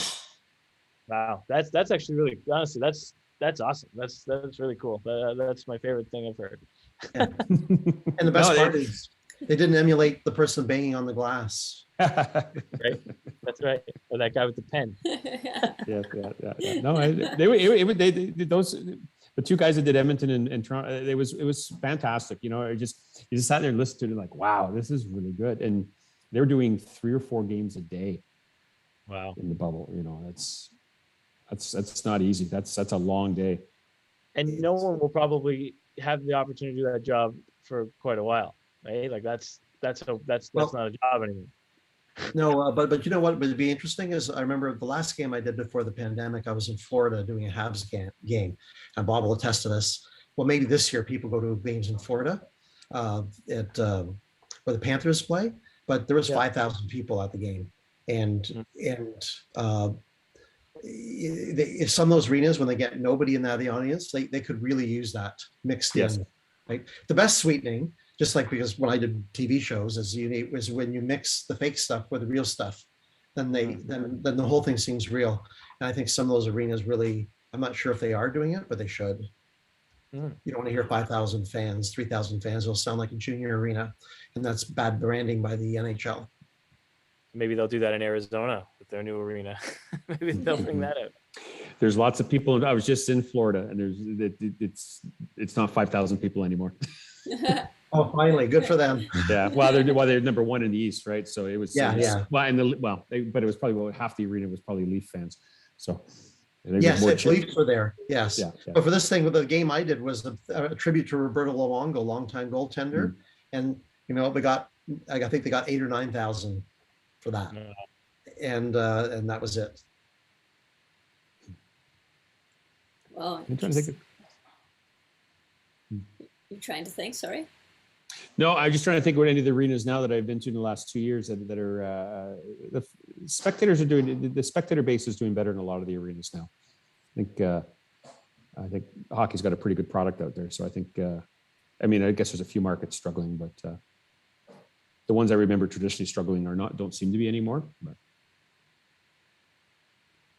I wonder if the sweetening is still going to be maintained even post-COVID now that audiences are back into arenas and in some cases even to full capacity. Like, do you think they're still going to maintain them even post-COVID? Is it going to become like new standard? I wouldn't think so. If you've got a great crowd, you can't beat that, and especially if you're used to the building. The live mics, just especially if you have a couple of your go-to mics, that I'm sure everybody's got their favorites for doing some of the sports, but you have the play, you're instructing the audience just to put them where you want them because that's where you're expecting them to be, and you sort of have your not tricks, but again, it comes down to my mic, this microphone, I'm used to doing it. I'm going to EQ it this way. I'm going to set the dynamics this way, so I'm getting what I'm expecting. I think that's also some of the style for sports mixers is what they do with the crowd, because there's not a lot of other things. The commentary is commentary, and the ice effects. You can get into some dynamics and stuff, but it's. And I know I'm using hockey specifically, but I think any sport that the mixers where they would probably the most creative part they would add would be where they put their crowds and how they run their crowds into the mix. I had a producer once say to me that we're talking about something, and I took it as one of the better compliments I did. And I didn't know he liked my mix that much, but it was years later, we're sitting in a bar or something like that, and I said something about a prospective job that I was being asked to do in the States, and he said to me, "Oh, they'll like your mix," and it was like, oh, but I didn't realize that it was still memorable, that out of the 3 or 4 guys that it was a CFL producer, and I guess out of the 3 or 4 guys that mix CFL regularly, it was just interesting is that this was like 4 or 5 years since I'd mixed a game for him, but he said, "Oh, they'll like the way you do your games." So I think that, but that's that crowd element to it. I mean, it's not about these specific field effects, I don't think, or way the commentary is mixed. I think it's the way that soundscape you build. And that's the live crowd. Yeah, it's important. If you don't put out enough, you could get a localized sound and some idiot selling popcorn or something. Yeah. And you need a feel. I think maybe what they liked about Bob's mix is that he captured kind of the feel of an arena, and you have to strategically place your mics and enough of them out there to get that, to get it so that works and it feels like the crowd. You will catch mixes where you're not, the announcers will refer to the crowd, etc. And it's happened recently on a basketball game I saw, not here in Toronto, watching on TV, and they referred to, the crowd, and I thought, I can't hear them. Mm-hmm. And whenever I've dealt with some newer mixers starting out and stuff like that, I often talk about like there's the layering, but there's also the dynamics. So, when you have a goal scored in the first 5 minutes, and I'm going to hockey, but hockey is a really good example because it's controlled but uncontrolled, I guess. But the home team scoring a goal in the 5 minutes into the first period has to sound different, even though the crowd might, but for the viewer at home, it has to sound different when that's a winning goal at the end of the third. Like that's the experience. I mean, that is a far more exciting goal and far more important. And so I would tell guys, like, you have to remember that as good as the first period set, you have to leave yourself somewhere to go in the third when it gets really exciting. If you think about building the excitement through the game, and it's important. You just, you really can't go to 11. Like, you can only go to 10. So you want to maybe save that 10 for the third period. Right. If you're thinking of the storytelling. And not that you can't do that in the first, but I mean, the crowd gets louder too. So now you're dealing with dynamic, it gets louder and louder and louder in the building, but we're still restricted to a very finite amount of voltage we can send out, or to keep the dynamics there for home, but you want to create that excitement. That's a great point. I love that as an idea, just that you would tell a story with the game. The first period should be as an after, like less important really than the third period in terms of then it's like a play. You're focusing on the first act, the second act, all that. I imagine that for something giant like a Super Bowl or the Stanley Cup Finals, like the playoffs, I imagine that starts, even the first period there is probably starting higher than a regular season game anyway. So how do you judge that? Is your your home opener third period goal, where does that relate to your Stanley Cup Finals first goal, right? Well, but then your anchor is the dialogue. So I guess you just sort of judge that in relation to the dialogue, because a dialogue, I mean, if you go back to the film in the 5-1 world, I mean, that's your anchor channel. So how much is the commentator buried? There's one way to control that without necessarily getting louder. I mean, the producer I used to work with, he says, make them, you always used to say at a certain point, make them fight it.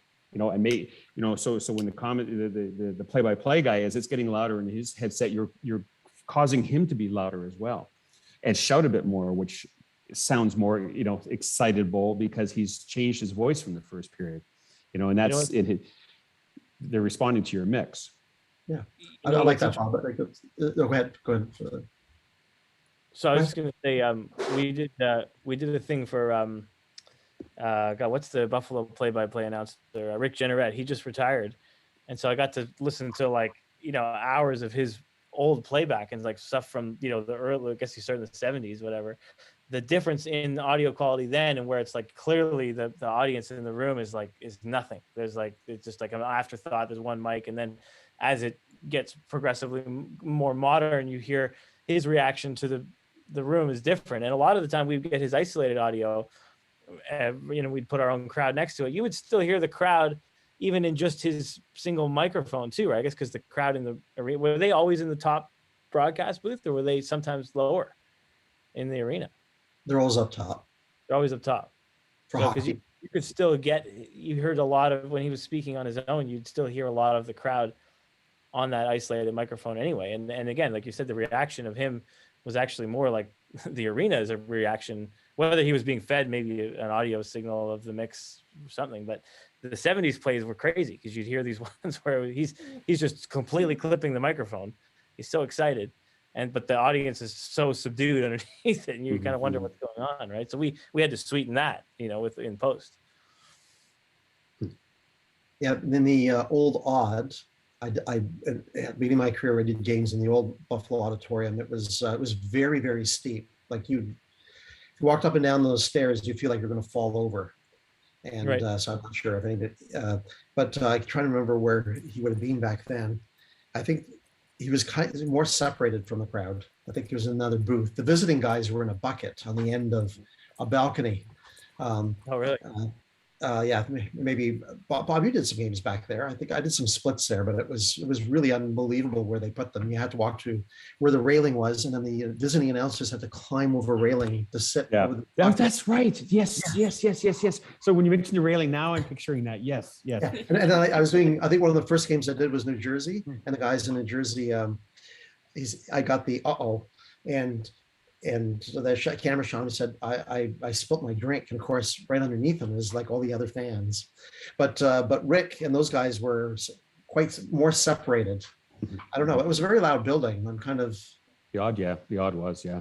Yeah, but I'm trying to figure out why that would be very isolated. Rick is really loud. Like, yeah. Oh, he's loud. He's kind of like Joe Bowen, though, right? Like when he was on Sportsnet all those years. I mean, I only know him on the radio now, right? But I guess the radio is similar, is it not? The feed that they would get. They get a mix from the TV mixer, is what the radio would get. Yeah. Right. We would send them a mono. Yeah, he's always above that mix, like especially when it comes to the radio. He's always like heads and tails above. It's not like a TV mix where he's sunk in it. He's very much like this, right? Radio prefers that. I remember when I would do Raptors for a while, I think, Bob, I don't know if they still do this, but you had to create two mixes, the TV mix and then a radio mix, which had less effects in it. Yeah, and no POV effects, right? So no camera mics, that kind of stuff, right? You just want a bit of ice and ambience. Well, and actually a lot of the, now if I do hockey games, there's usually, I do a house mix, a radio mix, and then there's my mix for TV, because house is feeding in-house cable systems. So it's almost a TV mix, but not quite. Usually skip. They want a lot of ice and crowd, but I wouldn't feed them handhelds in case you don't need people yelling. But then on TV you want that. But then on radio they don't want a lot of ice effects because they don't want a lot of, as I said, point of view kind of stuff. And then the old stories back to baseball. I don't know if the Jays were this way, but I remember the Montreal guys is that all they wanted was crowd. They didn't want bat crack or anything like that, because if they were telling a story, you didn't know whether there was a hit or not until they said it. So, when they say, they would sometimes delay what was happening on the field as a common in radio for baseball, and that was, a fly out to the, left center field or something like that. And it may have already happened. The guy's already running back, but, for a radio person, it didn't really matter, or the radio listener. Yeah. It's a different ballgame. I think, as you said, they are storytellers, and their timing is everything. They have that's how they fill their spaces. But you'll notice in other sports. I was noticing on a Raptors game, I was listening on the car, and and they'll say, and that was an and one or whatever, but a free throw had already happened. You can tell he was just tying it up, and there's no way that could have happened in that sequence in 10 seconds. But anyway, that's kind of it's different. TV has to follow. You have to follow the picture. It's I get more similar to mixing for film or post, etc. Perspective is important. When you're doing sound effects editing or etc. It's the tie-in is TV is closer to film or television post than it would be for radio. It's always the argument when early on in the TSN with Mike Noonan, which I don't know if he's watching tonight, but I remember we used to always have a fun discussion to have is when you're doing a 5-1 mix for sport, when you're doing a motion picture 5-1 mix, your anchor channel dialogue is in the front, dead center to the screen. But if you're doing a hockey game, wouldn't it not make more sense that the commentators were behind you? Because why would they be on the ice? And you think about the acoustic localization and stuff like that, and we often joked like, "Oh, perhaps it'd be better that the commentators." And they did try. I believe they did do a CFL game that way as a test. way back. It actually broadcast and had the commentators behind, and just the field effects in the front, and just to sort of explore that, because now you're sitting on the couch and it's as if the play-by-play and the color guy are sitting on the couch with you, which is really where they are anyways in the perspective. That's But so that's not odd. what That's such an odd approach. I can't imagine it. Like it would be, I don't know. It's just against so many rules that I can't imagine how that would be like. But the point is, I guess, is like, you know, and I guess what I would always is not sort of argue the point is, but there's dialogue and there's commentary, and are they really the same thing? You know, when you think about voiceover versus dialogue on the screen, I mean, you know, in motion picture, in the mix, I mean, the dialogue kind of matches where the person is on the screen, but commentary is different because it's basically it doesn't have an anchor. Though you know, as humans, we're used to it being dead center. But that's true. To me, and this is more of a critique of how people consume 5.1 technology, but like I know my parents, and like I'm an audio guy. I try to teach my parents how to be in audio. My mom's surrounds are like the one's over there and one's over this. Like, why do you have it there? Well, it's I like to hear it closer this way. It's like, okay, well, clearly not calibrated. So in my world, I bet you more people are like that than we want to believe. Like I would love to think every time we do a 5.1 mix, it's translating perfectly, but I'll bet you most people have their left surround in the bathroom. Like, you know what I mean? Like, they probably don't. So I would wonder how effective that was for a lot of people. They probably got a lot of complaints, like, oh, the center's wrong. Like, I don't hear what's going on, you know? Yeah, no, there's a lot to be said about stereo. Or mono, for that matter, right? Well, I don't know. I think stereo adds in. I think, you know, the whole ambience of the room changes with stereo. I think a poorly aligned 5.1 system is not a great way to experience television, or even a film for that matter, or anything. I mean, for sure. But stereo is a little harder to screw up at home. So that's true.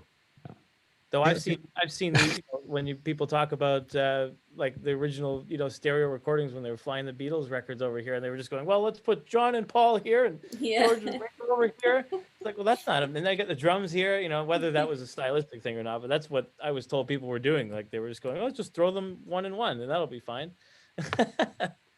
You know? Yeah. Well, the concept was different. I think the imaging thing is something that people have learned as time goes along. I think they'll solve some of it. I think, you know, if you buy a 5.1 system now, it comes with the microphone, it does the auto setup. Yeah. So many pictures. You know, a big problem is, you know, people have a lot of junk turned on their TV set too, like all this auto stuff, and it should all be really turned off. We did, when I was at CH and we were doing midweeklies, we were the first to do it in stereo, and we simulcast it with Q107. So this is going back to like 1993, 1992. And you always try something, right? And I think that's part of what we should do is I'll try anything once. And that's why I loved Bob's story with Michael Noonan putting something in the back. Yeah, they once did an NFL game with no announcers. That was the thing in the 80s. And I think that should be an option. I hopefully no announcers we know are listening. I doubt they are. And, but what happened with us is we thought stereo, and I remember Jim McCauley was a senior mixer at CBC at CH at the time, and I was, we alternated games, and Bob Senior, like the three of us, and so we decided we're going to pan the goals hard left and hard right, and we panned it that way. Of course, it's odd because if you shoot from behind the net, but panning that doesn't matter. But we thought we're going to just open up the image and leave it this way, and we put out the extra mics, and so we had two responses. It was the best sound that they ever heard. And the other half the responses, depending on which cable area you're in, and what kind of TV sets you had, what kind of decoders. If you think about the old stereo decoders that were on the TV sets, that little red light a long time ago. They didn't hear any, we were so wide that they completely lost the announcers in the center. So of course we had, you know, all these compliments and complaints coming in. And so the decision eventually was to pan it back, to play it safer. So Ross, so sometimes it's people's setups, but sometimes it's, and this happens for us in TV right now, it depends what channel you're hitting. you know, what broadcast chain it's going through. It'll sound different from network to network. But back then with decoders, if you had something that was very extreme, you might jeopardize the center part of your signal. Anyway, Okay. yeah, sorry, do you have anything else to add? Nope, Sorry to nope. interrupt. Yeah. Yeah, so I have one more question before we go into question periods, and we have like we have about 4 questions from people watching the stream. So one thing I would like to ask before we get there is, what are the specific pressures and social skills required when recording, mixing, or doing broadcast audio for sports? So I'll answer this one first, and then move on to you. So for me, what I've noticed is you have to be an amazing team player, probably more than any other audio engineering task, because there's always going to be a bunch of people involved, more than any other audio work, in my opinion, so far that I've done so far. In terms of everybody being on the ball in real time at that point in time, and everybody wanting to use the same language across the board, so that things are communicated and understood very quickly, and everybody reacts to changes very quickly. So those are things that I've noticed. And what else can you guys say about your experience? Like, what pressures and social skills people who may be watching and thinking, oh, I want to get into this, what do they need? Good time management.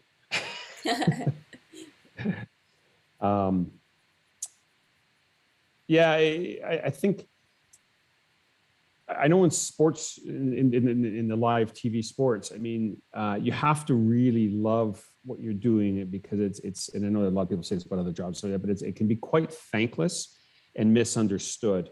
And most people look at it as just a problem area. And I'm talking about this, not so much about the audio person, but the audio team, is that, you know, they just cause more problems than they're worth. And, you know, it's I know it's not the way, but it's a perspective often. And you have to appreciate how good of a job you've done yourself, because you're not going to get a lot of attaboys. I mean, you may from the producer, and some commentators are very good about it, but it's can be somewhat thankless, because the problem, you know, my biggest problem of the day was never heard, you know, or that, you know, there were the 3 things that I take home that night that I was really, really upset about. Nobody ever heard them, and they upset me more than anything.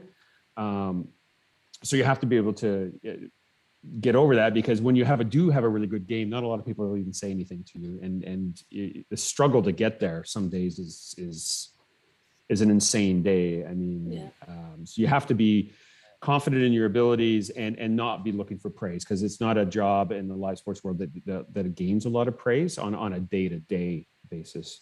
So you have to be very confident in that you can do it, and your best work is going to be good enough. And I mean, in a good way, that it's going to be good enough. So I don't know if that makes any sense, but no, that's good. I think I think, unfortunately, that's, if you do a good job in audio, nobody really even notices it. They only notice if it's bad.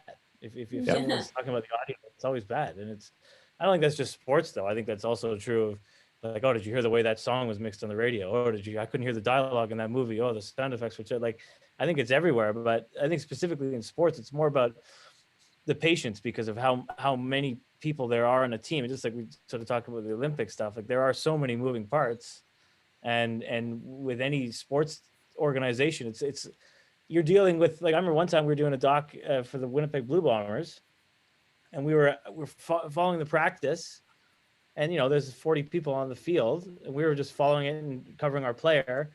And the coach, who we don't have any to do with the coach, he literally singled us out and kicked us off the field and banned us out of the, you know, and like, we're the audio team. We're invisible. We weren't doing anything. We were just there. We were presence. And I imagine he had something to say to the team that was perhaps more private, but, you know, we are now dealing with him. We have nothing to do with him. And now we're part of that group. And then we're dealing with the broadcasters. We're also dealing with, you know, the video team, and then the broadcast video team. It's like, we're really kind of the chameleons of it, but we have to make sure everything works, and we can't tell anyone that we have problems when we do. That's all above. Bob mentioned time management. I remember early in my career when I was the assistant and we're having a lot of issues, prioritizing. Things go wrong. You're not going to do 100 hockey games or let's say golf. Lots of things can go wrong in golf or something. And or just on an RF shoot. I've had many things go wrong on stuff like that. And something happens, you have to be able to deal with it. And so you need to solve it, but you need your progression, your multitasking has to be there that you can still move the show along. If you're going to air at 7:30, you know, I remember Jim would say, if we had problems, it was that, well, we got a booth, we have a show. We don't have everything else working, but the booth is there, this is functioning. What else doesn't need to work? So you prioritize what's most important to get to air. And then, you know, other things can go and then you bring them back. This happens in video too. We were in Detroit, the old Joe Louis, which is a horrible building. And the technical producer, Mark Scott, we at one point lost everything. We had one camera. Hockey Night usually has more than 20. And and basically the game had started. We had a show, but we had one camera and then we gradually added. So the same thing there, prioritize, get things going. But be able to communicate with people. You have to be able to communicate with everybody, production, etc. You have to be able to espouse your confidence, just like a musician. I have things under control. You need to also communicate with them briefly. They don't want to hear our sad stories. So when you have a chance to speak to an EIC who's say in the mobile, it's the engineer in charge, and you've got a couple questions, you know, try to hit them earlier in the day, all at once, not 20 times during the day at different points in time to gain his confidence. And just think ahead, think of your problems, be ahead, and then put the whole thing together because we're on our own. So we're expected to solve all the problems on our own and be there. And if everything goes well, no one will probably thank you, but you'll certainly hear it if it does not go well. And Roberto, I would expand on from there as well, is that one of the things I think I wouldn't say not unique. It's not unique to audio, but I think, but an interesting element of sports in the live sports truck is that there's on a 50-person crew, there's 5 people dealing with audio and there's 45 dealing with visuals. And when you're the A1 or the senior mixer, you are the expert. You know, the producer doesn't have a higher listening authority or critique than you. You are the end all be all at the end. If there's noise in it, it's your problem to fix. There's nobody you can go up to fix that.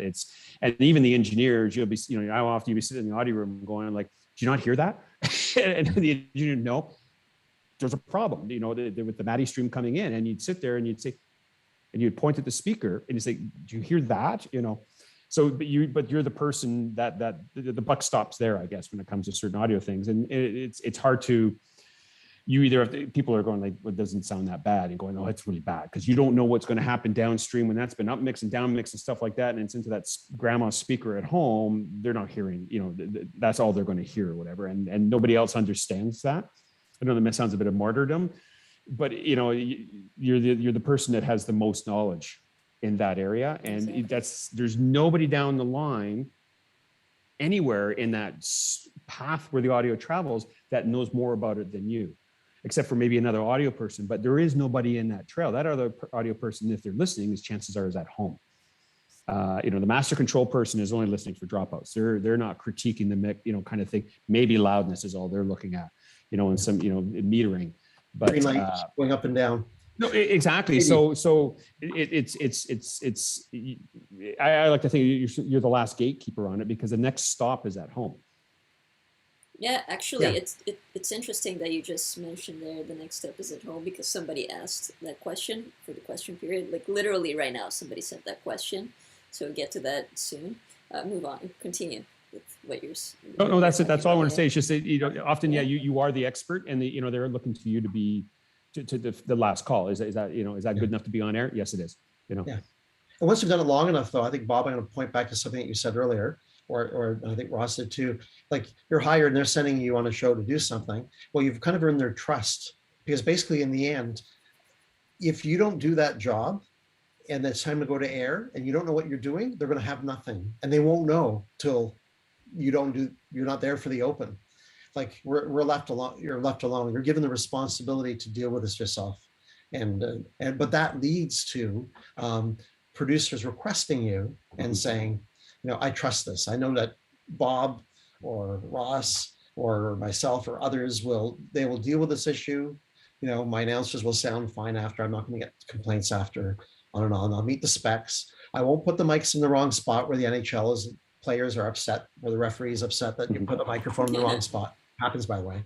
And the, you know, the, all of the above. And on Olympics or other things, there's many other, you know, we haven't discussed so much, but there's many protocols from federations where microphones can go, you know, what they expect, et cetera. And you have to know all that. And I think with that, Roberto, it's also in the Olympics. When you're at the venue, there are other people downstream of you that are quite concerned, that are audio engineers. Like when Doug has been in the QC room. I know this Olympics, he was in commentary. But, you know, when there's three guys that sit in the QC room and they follow it, and he is an audio person, you know, and they're giving you critique back. And they're making sure your mix is good. On a normal Leafs hockey game, there's nobody downstream from the audio room in the truck that's doing anything like that. And it's kind of fun at the Olympics for that, because you now you're talking to like a brother in arms, and he's going like, you know, can you just do this, just tweak your mix here a little bit like that, and you know, they're very good about saying it's not because of your mix, it's just that yours is not matching the other 25 guys, and you know, you just need to adjust this because we want every venue to sound the same. Exactly. Well, can we move on to the questions that our listeners have brought over? And some of them are super cool. People brought in excellent questions. So the first one is by Barry Zimmerman, and it's approximately what percentage of the events you work are indoor versus outdoor? Which do you prefer, and what are the main differences other than the weather?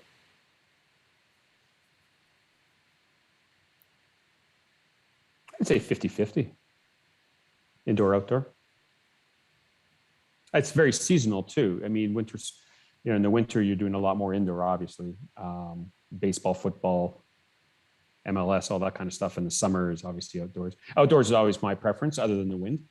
You know, I don't consider wind weather in that sense. That mean, you know, the stadiums vary. Toronto FC, what's it called? BMO Field can be very bad for wind, and that regardless of the weather, just because of proximity to the lake. Iberwin, you know, doesn't have a lot of wind, just the way it's sort of nestled under the escarpment, and it's right in the city. So, but you don't get the reverberation, don't get the ceiling bounce and stuff like that, which is nice when you're outside. I agree with Bob. I think it's 50-50. It depends what contracts you happen to have. If you're in the sports world, I think we've done all the summer ones with like baseball, golf, you know, soccer, football. Then indoors is basketball, hockey, curling. It's a mixture too. You win on some and others. So you mentioned not weather, but weather is a big deal. And this is on other shows. I've done entertainment shows. New Year's Eve, I was in Saskatchewan. It was -45, and I had a singer who sang live at -45. So there's, you know, you undo a cable, and it's frozen. And you get it out of the truck and it's in a coil, it's frozen, you have to take it indoors, defrost it, put it out. I mean, there's so many different things that weather can be a big problem, and water's an enemy, water down all your patches, etc. It can be a problem indoors in a hockey rink when you're running lots of cables everywhere. If someone hasn't laid it correctly and they get somewhere where they're re-icing, etc., water can get into it and you'll get the etc. You know, and you're hundreds and hundreds of feet or thousands away for some stuff. That can be a problem. Or in the winter, I've done hockey outdoors, as Bob has. I think an unexpected problem was I did the outdoor game in Annapolis, where the Navy Stadium is. And the NHL does stuff like, hey, as we put our mics around, we were all done. And, or was in Regina. Anyway, it doesn't matter where it was. And then the people who dress around the rink to make it look beautiful, you know, with all these little bits of foam and stuff to make it look like snow or tarp, well, they go around and start stapling stuff. We started losing lines, and we lost lines because some of the staples went through some of our cables. Right. Well, that was a 200-foot run to here, and that was, you know. And then our announcers for outdoor games are usually right beside the rink, on the near side. I'm not sure if it was for you, Bob, this time around, but for me, the past few times, it was basically right there. That's kind of nice. But yeah, so the unexpected, I mean, what staples going through your cables. And But we talk through the idiosyncrasies of that, what used to always catch some A2s and is before we used PCCs, we often used lavaliers, Sony ECMs. And you had to be, the little things you had to teach people is that, you had to be really careful about the preamp section of the ECM, that it didn't touch anything metal on the hockey boards, because often they were bolted into the ground. And if they weren't grounded properly, or they were grounded, one of the others, but if the metal preamp touched one of the bolts holding the boards into the ground, you would get hum. So you'd have to put gaffer tape on the preamp so it didn't touch anything metal, because sometimes they would tape it to one of the stanchions, and if the metal touched the boards, and I know it's not related to weather, but that's when you were talking about that, it's just all the idiosyncrasies of some of the outdoors or the sports or the water. But yeah, the metal, any metal part on the boards is tough to deal with. The XLRs can't touch them. yes, that's the thing that's common for both indoor and outdoors. I think where you went is very relevant, because it's all the unforeseen things that can happen, because you're running stuff where people aren't expecting cables to be. You're not on a stage like on a concert where everybody knows where all the wires are going. You're going around ice. Fans are going to spill stuff all around you. Word I learned this best in my early years, first couple of times at the Memorial Auditorium, so early 90s. The Canadians would come in and the lines would go outside the pod and then in, etc. Well, the Habs won or something, and I'm going outside to go wrap my cables, and I see 100 Habs fans peeing against the wall all over our cables. So So I don't know, that might be, I'm outdoors, it's an indoor venue, but you have to deal with fans, people spilling beer all over your stuff. Pulling the cables up at the Rogers Center dugouts is probably one of the worst things, because you watch how much baseball players spit, and the tobacco. There's less chewing tobacco. Oh, I know. There's less chewing tobacco than there once was in baseball, but it was always really bad. Like the stuff you'd pull up was just horrible. But the cable had to come out every game, or I guess every series. But wow. the things you don't know about sports TV, right? Is all the tobacco spitting. Or CFL, I think, and then for Ross, tell me if you've done this, because you've been more on sidelines in the venue. For me, it was more in my early years. So I would do the dish, or we sometimes use an 816, Sennheiser 816 shotgun on the sidelines for CFL. And I remember the first time I ever did it. First of all, you don't want to I got hit by my very first game. I got hit by a player, and it hurt like hell the next day. Yeah. And when I did games in Ottawa, Toronto, and Montreal, and Hamilton, of course, is where I'm from. There were days when they were throwing batteries at you. Raw meat was a kind of a promotion for a while, and there's like chunks of meat coming down at you. And the sideline was very shallow in the old field, so there's only like 10, a few feet between the foul line, the edge line, and the wall. And you have to watch out for photographers, cheerleaders, and that's not a bad thing, but they'll step on your cable or. When we were on the sidelines of the CFL, they had pointed. I forget if they had one or two guys, but there was two people from the CFL that were just like, they were the buffers. So we would be filming or whatever, and they were just there to make sure that we didn't get smacked or whatever. Maybe they thought we were soft, but they definitely. Good idea. I'm glad they did it. With the audio assist, if they hadn't done CFL before, I used to tell that we do a little bit of, we call it parab school, if they hadn't done it. So you do go to the game and you meet with the parabolic operators, which would be utilities or somebody new at the game. And you can point at this, point at that, don't do this.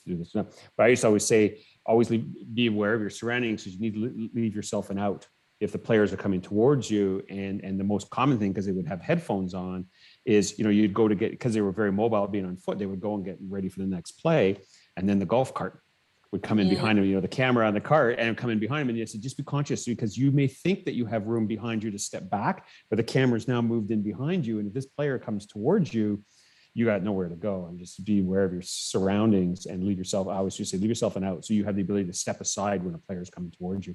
Because everybody, I don't know how many people have seen that on YouTube, the guy that got smacked at that NFL game on the player introductions when he's running across.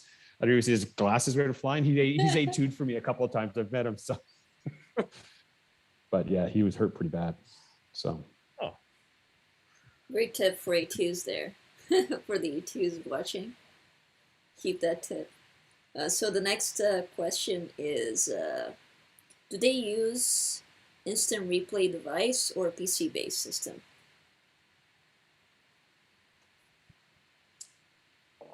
Well, Roberto, or there, you know what, the Digicart has been, nobody uses, well, I don't know anybody uses instant replay. I mean, pretty much use the Digicart system. I mean, some trucks have instant replay, but really the Digicart, which I guess is its big brother. I mean, it's still out there. I mean, they've discontinued manufacturing. I think the Digicart E was the last version that 360 Systems is made.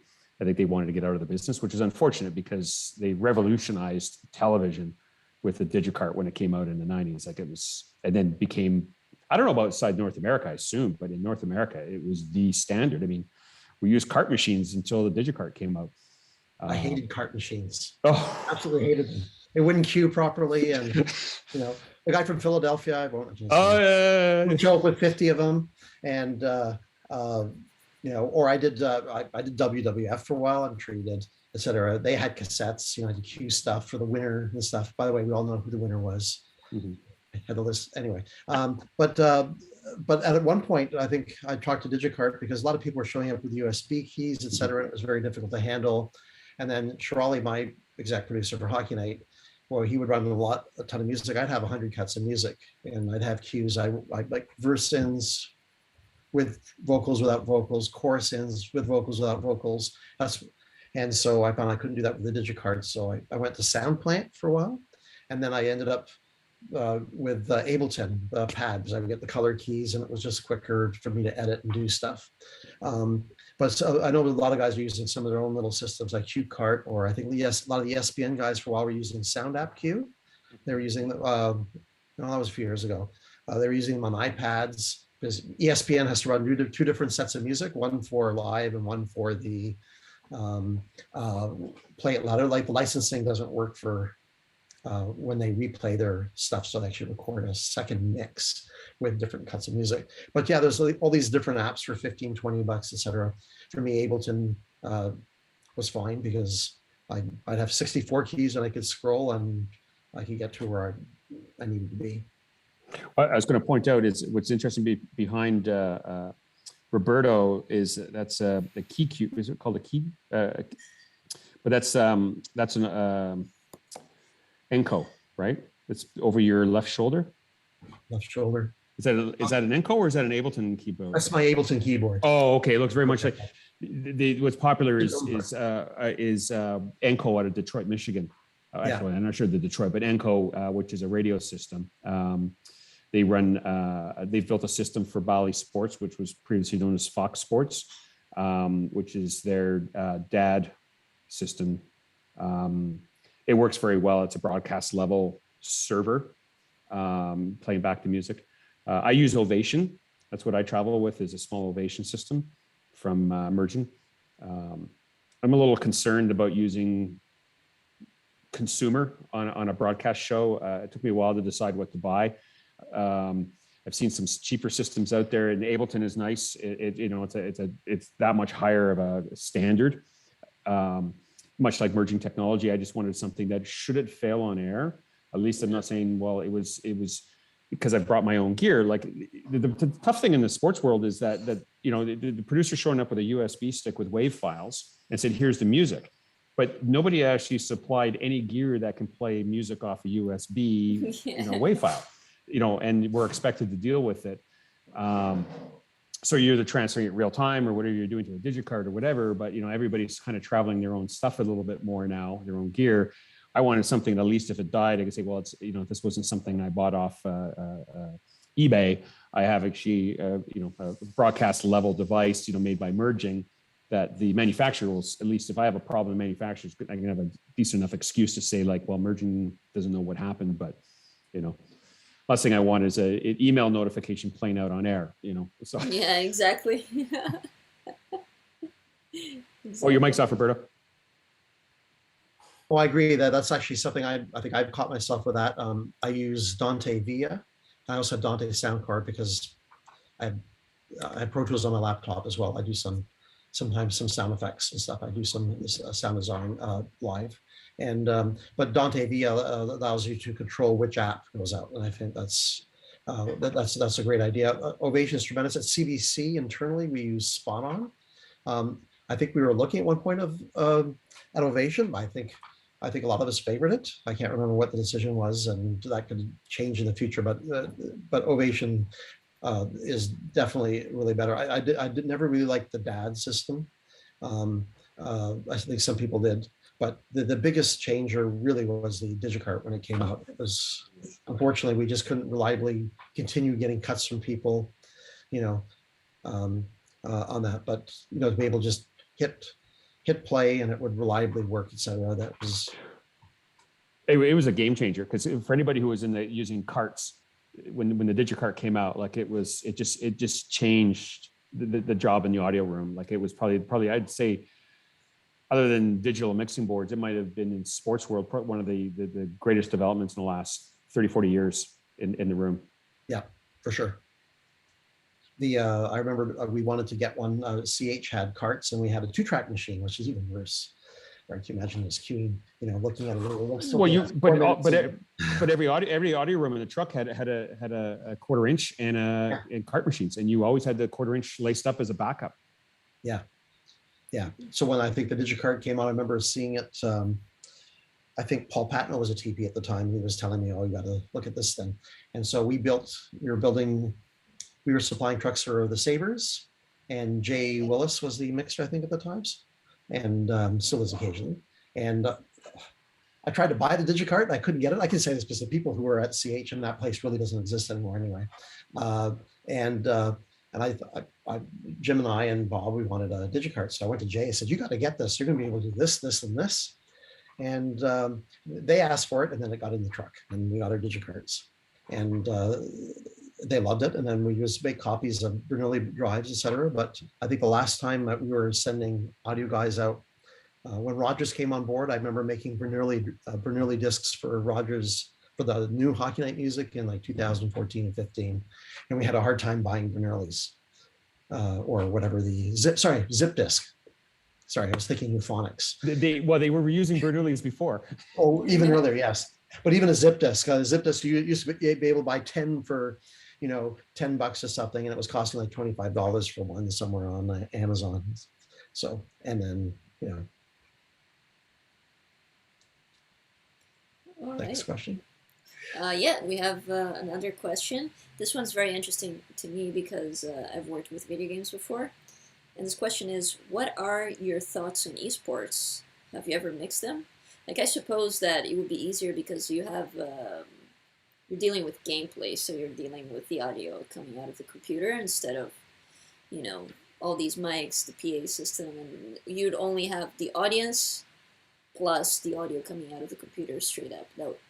That's what I suppose it will be. But what are your experiences, if you have any, mixing esports? I'm sorry, that garbled a little bit. I'm not sure what product you're talking about exactly. Like esports, like electronic sports, like video games. Like there are championships now that happen in like arenas. People, actually like an actual audience watching people play video games. I have I'm not sure if you guys have dealt much with esports. I did an event in a very early event for Overwatch. The first time Overwatch had their league, and they were doing everything out of the old Johnny Carson studio in Burbank that they had bought, and they had completely revamped, and that's where Overwatch was doing all their competitions, which I think is like 5-on-5 in Overwatch. This might be a long answer because it's really quite interesting. But anyways, I worked on their first remote. They decided to actually leave the studio and go on remote. And we were in Dallas, and we were in about a 5,000 or 6,000 person hockey arena and did an Overwatch tournament with 6,000 fans. I'd never, to me, it was just like, what's this esport thing? But it was amazing because the sound is quite good in those games. Much like it made people who were surprised during the NHL bubble that we were using enhanced audio with the NHL 2020 or whatever it was. Like, oh well, I've heard in Overwatch, like I've heard the product coming out of them, and it makes sense because it's all real time based on where the game is at. I thought what they did at Overwatch of that, because there was audience mics out, so there was real audience plus the audience and the sound effects that were happening within the game that were mixed together, which I thought made for an interesting experience. What I found most interesting about, and this is going off from audio, but more about esports, which I hadn't experienced before, but there's two elements. There's two production teams when you do esports, and there is a director that sits and directs the the actual competition, and he's directing. They have these. They don't call them viewers, but there's certain when you can be a player or you can be like almost like a viewer to the game, but within the game, and so those games can actually, you can have the perspective if you're first person, but you can be in a perspective in the room. They've set it up that is almost like a camera. That's almost like a drone. And there's a group that just create a version of the game that's suitable for viewing all the different participants. So we would watch that and we would add live audience reaction because that's what's on the big screen behind all the players and stuff like that. But it was interesting that was now this virtual playing field where, normally if we did a sporting event, there would be cameramen shooting. Well, they had guys on the gaming systems that were changing perspectives, and the sound was all related to that. And it was a very interesting experience. I thought it was really well done. I'm not a gamer per se, so I don't know a lot about it, but the coverage we did of it was something I'd never seen before, and I thought it was kind of neat. I think we have a lot of friends that are gone to do these broadcasts. Apparently it is, as Bob was saying, it is huge business. Sometimes trucks will go for 2 or 3 months. Some of these mobiles, like the picture of like the audio room that you see behind me, will go somewhere in the Colorado or LA. A person who's left CBC, he does comms with them, Brett Mannion, and he's goes a few times a year. He goes to like the UAE or down to California, and he does it, and they have tons of money and develop money, and it's they just have huge numbers. It's a very part of their promotional product, and the whole idea and concept is developing. It's some people say it's surpassed pro sports already. I think if depending on how you look at it, I think it will eventually. Dole Productions does the NBA 2K, which is back on now, I guess, or whatever. And it's for them, it's a massive, and everybody's producing from home. Like a lot of the technical crews working from home, which was sort of a pandemic model, but they've actually carried on that sort of cloud-based. But that NBA 2K is a big property. I mean, yeah. And a lot of that we haven't talked about is one of our roles is, see, if you're wondering what one of us would do in a dome truck on these kinds of things, we'll take feeds and move things everywhere. But I think is it fair, Bob, for us to say most of the work will shift towards doing comms. And not much of our discussion tonight is talked about comms, but comms is a really big part of what we do. And it's a variant. Like some places, some audio people don't do very many comms in some areas. But in sports, we do, and local sports in the United States, they don't.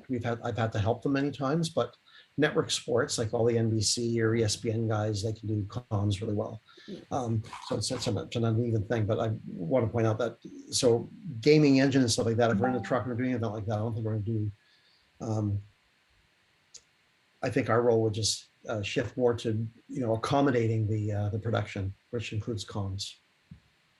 Interesting. Yeah, we may at some point even do a specific event on comms. I think that it's such a big topic that I thought about talking about it in this meeting, but it will become like a 4-hour meeting if we did. So that'll be for the next one. And actually, it kind of relates to one of the questions here that was sent to us. Do you guys think that trucks are going to go away and engineers will be able to work from home, and how close are we from mixing from home?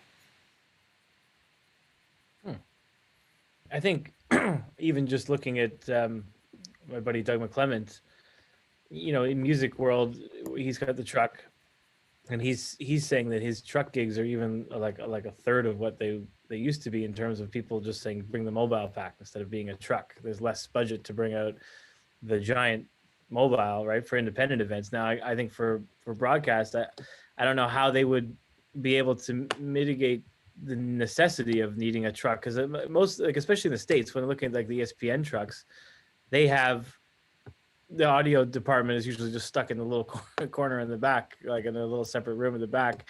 But they have everything in there. It's not just the audio; it's everything. So I think the facilities would have to have their own broadcast station or some studio built into it in order to not have a truck for the broadcast world. But I think for independent stuff, I think, yeah, you're seeing less and less of it, because you can do everything with little devices now. Do you know? It still comes down to, for me, latency. And I mean, yes, I mean, there's certain elements that have to be captured on site. I mean, the internet and connectivity is still going to be affected by, distance and latency. And I don't know how we're going to get rid of some of that. And there's just some elements that, some stuff has to be on site, like the preamps have to be on site. Well, you can remote control the preamps to a point. You've seen some job functions, actually more than anything, you've seen job function move to home, but the gear is still on site. The replay operators working from home, but they're basically remote controlling a device that was brought to the stadium. Exactly. Audio is a tough one that way because of the latency, and you still sort of see that if that's the case, you'll still end up seeing a mixer on site and a mixer remote, and there's one audio engineer on site that is dealing with control and comms, let's say, on site, and then he may not be doing the mix, but he's definitely involved in it. That's much the experience we had at the CBC, right, Roberto? Like where everything was Dante, essentially. Like, yeah, for this Olympics, because of the pandemic, well, when the NHL wasn't going to go, we brought the last set of announcers, and all of our announcers were here. So we had 15 booths, all on a giant pandemic network. Bob, we used the Studio Technologies Dante version. So unlike some of the things and some blogs I've heard and read about, there's a lot of IP stuff happening in Canada. But we also we have RP1, so CalRec, we have 2 CalRec Apollos, for example, in our studios. And but we have 3 remote, basically remote DSP, and those are RP1s. The remote DSP has MADI cards, Dante cards, AES, analog over there. But everything appears on a console, or it also appears on a touchscreen. And so for Tokyo, we ran track and field and swimming remotely using the RP1 and opening and closing microphones and doing stuff. The DSP is over there. It has to be local. When Bob mentioned latency, I'm going to just jump around a little bit here. Our return time got better to Tokyo, but it's a 1.5 seconds. So the time over the dark fiber for a signal to get from here to Tokyo and back is 1.5 seconds. There's so many logistical problems, because if your announcers are here and they're calling the show there, but then Mariana and other people mix commentary, which returns back across the pond to OBS and is married with a 5.1 signal that comes back. There's a question about what are the play-by-play people calling on screen, and what is sync exactly. And so there's all sorts of issues for latency, clocking. There's new stuff coming along. I know a lot of people are solving clocking by using Dante GPS devices, and they're locking GPSs, because then that's the same clock, and in different locations. But how that I go far deeper in some of the technical stuff, and that's probably yet another discussion. But in the end, sometimes you need a guy there. Like if I'm mixing music or something, there's if you're not there, then you've removed the relationship part. yeah. So somebody has to be there to give the people there the confidence. And At least state twos need to be there. At least state twos, I mean, obviously need to be there. It depends what's happening there. I sometimes I refer to it as even when you're on site and with audio assists on site, you're in the truck. I mean, you can't leave the truck. You can't leave the audio control room. So I often refer to the A2s. You're my hands and feet. I can't go out to move a microphone, but together we can. I'm here, you're the hands and feet. I don't know what you're seeing. Can you move the microphone 3 feet to the left? I need to trust you and believe you that you can move it 3 feet to the left, or you're going to move it somewhere decent that I'll be happy with. But it's not a hierarchical type of relationship. It's very much, you're my hands and feet out there. And I think whether, as you're saying, Roberto, if it's remote, so let's say you are in Toronto, you need somebody in Tokyo to put eyeballs on something, or are you hearing that in the room? Is that an acoustical sound or is it an electrical sound I'm hearing? And you need that person, that human there. It's the next argument. As I'll try to give you an example. There's Australia, Aussie Rules Football, the ATV or ABC in Australia. They have a central studio, and all the Aussie Rules, they've wired all the stadiums. I think some German soccer broadcasters done the same thing, and everything is what's called a REMI. And it's a loose, misused word. And but basically, there are no traditional trucks on location. The camera guys are there. The A2's there putting out stuff, and there's some sort of like transmission unit, like a mini truck, and it's all being mixed by the same people in the studio. So they've done that. I think in California, a lot of college sports is being done by that way. I can't remember the outfit, but we've done a fair amount of research on this. There's a person who did a lot of development for this named Henry Rousseau from ESPN. Met him during the Pan Ams. They're trying to save a lot of money, because if ESPN goes somewhere, they have 100 ADs, like and production people, etc. Canadians, we don't really send as many people somewhere, and then they have a lot of properties like WNBA or college stuff, etc. And in areas which are harder to get to, and you're putting up people in hotels. So on major properties, it's still the trucks. And the third example, very quickly, was that I can't remember which act it was, but on the Grammys, they tried to do this. They did it with dark fiber across the street to a studio. I can't remember what act. And was it for Beyonce's thing? I think Beyonce's thing was mixed, but not in the truck in the venue. It was mixed in a studio, in someone's studio in Los Angeles. And we can totally do that. We're trying that for more and more stuff here. We're running something called Dante Studio. We're experimenting, runs 64 channels over a central CPU. And we're experimenting with that. We're granted traveling audio for some stuff. Excellent. So the very last question of the night is Anthony, one of our execs, has a question. And it is, with all the multi-channel experiences and player mics, how far away do we think we are from consumers mixing it from their own point of view at home or on an app?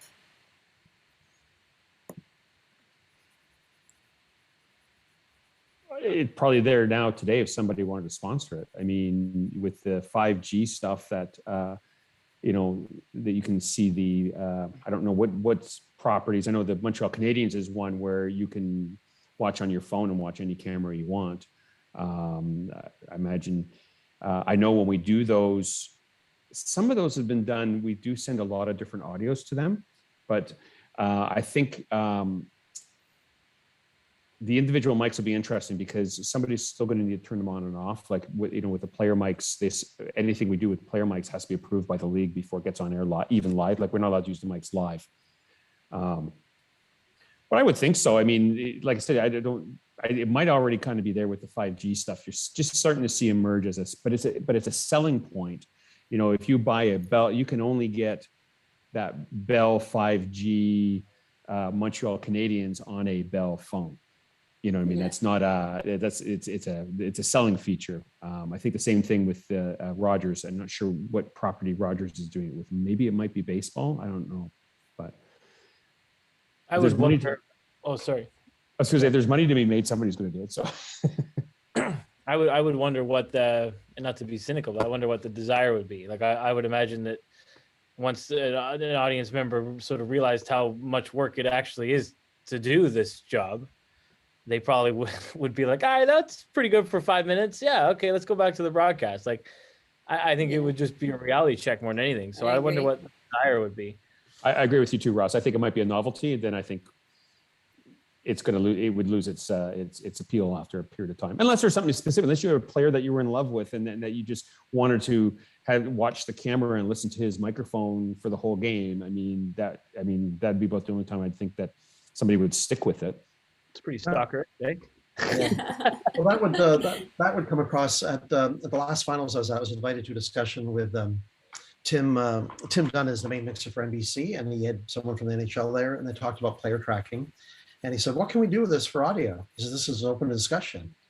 And he talked about player tracking, like, the mics, et cetera. But the problem is the swearing. Will the player want to do that? And if you're not understanding the difficulty there, it's kind of like, okay, you're Metallica and you're on the Grammys. Would you allow the person at home to track individual mics, listen to Kirk's microphone by himself? Well, actually, if it was working. And 0%. Yeah, and that might be, it's an interesting thing, but the NHL was looking at some ideas of tracking of, if that player went around, could we trigger microphones around the ice at least to follow that player? And I thought, wow, that's kind of, how would you do that? It's all fairness, but maybe first they got to figure out how people can listen consistently to 5.1 properly in their rooms before they try to listen to a signal that they can't properly monitor. It would be really cool. Like, I agree. I think that's really fantastic. The interesting thing too would be with that is that now if they're doing those selection, how much of the product is being transported to them? So is that selection happening locally, or is that now a unique transmission? Because now you get into the bandwidth. So if there's 25 mixes available, are those 25 mixes now, where are they available? At what point are they being selected? And then you can the bandwidth issues, like, well, if want all 25 mixes available on the phone, or I'm trying to think of some of the limitations. The IT people be like, that's way too much bandwidth for audio. You can't have that much. Yeah, but then at the same time, let's go back to hockey. I remember the last game I did at MSG, just before the pandemic. A bunch of guys were down that day. They said, "Oh, we're hearing that, Madison Square Garden is MSG network for those who aren't full sports. It's the same thing. They were told that they're probably going to Remy their home show. So meaning that they won't show up at the arena every day. They'll be in a studio somewhere. And this has been tried before. It's nothing new, really. And they're all upset.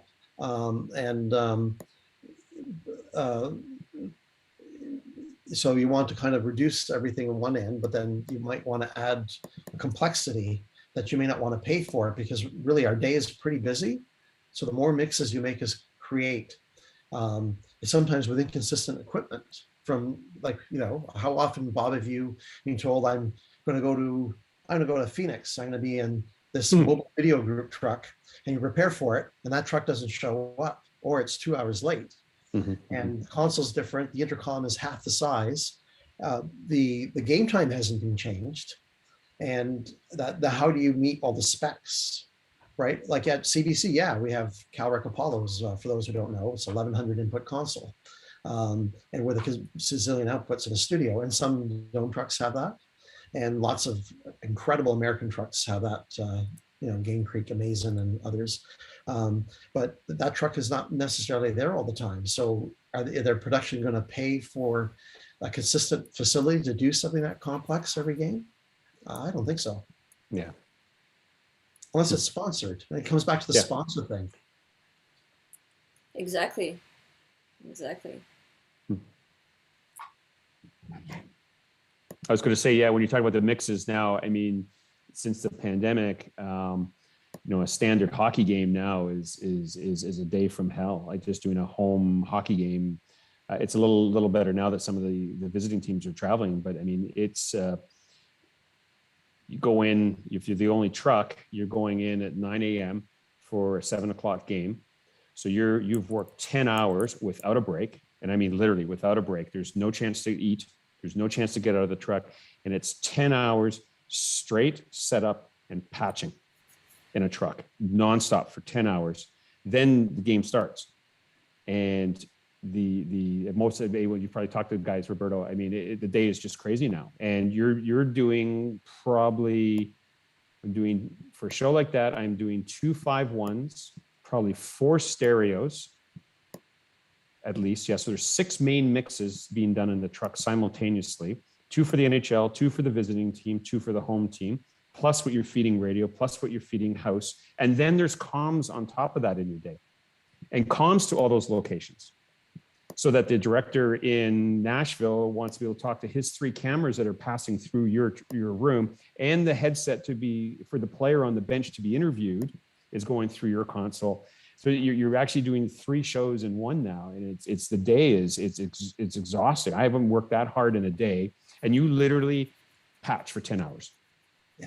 And the lineup is like 45 minutes to get toned down all those signals to the right places that everybody's happy, and you've got to identify every channel, and it's like a 45-minute to an hour lineup before 7 p.m. It's horrible. It affects, and what no one's looking at is the production. Like last Olympics, and I had to go into post for a couple months this year. So I remember the last game I did last spring was the Canadians game at NBC. So Canadians, French, all right. So, but there's no truck there. So it was a separate booth for French, their transmission, and they wanted a bunch of different stuff, and NBC wanted things, same camera, different audio. So I think they ran out of frame syncs, and not everything was working. Mark Scott was a TP. He'll tell you we had a 2-hour transmission check. So I completely hear you. I was hoping it would get better this year, but now your day is focused on getting all this stuff out, but it's not focused on making your show necessarily better. So you're straining the home show. So that's kind of what it's comes to. Well, and Roberta, where I would look around, and maybe it's not that I'm trying to end this, Mariana, but as the person was talking about, about more remote work and stuff. That's where I think the position of A1 and A2s at these live sporting events, it's going to be a long, long time before we're no longer required on site, because you can't do that level of technical integration remotely. Like that is all hands-on doing a hockey game. And that's not just unique to hockey. I mean, baseball has done this world feed kind of method as well, like with the Jays and stuff like that. And that's, you can't do that remotely, that much head end stuff that's happening on site. And I don't think the job's going away for a long time because of that. Some people may think there's savings that could be done because you can mix from home, but you look at my day, it's 10 hours of patching. The easiest part of the day is the 3 hours I sit down at the desk and mix. Because now, like if I don't have it, I'm not getting it. And now I can just sit back and relax and mix, and it's the easiest part of the day.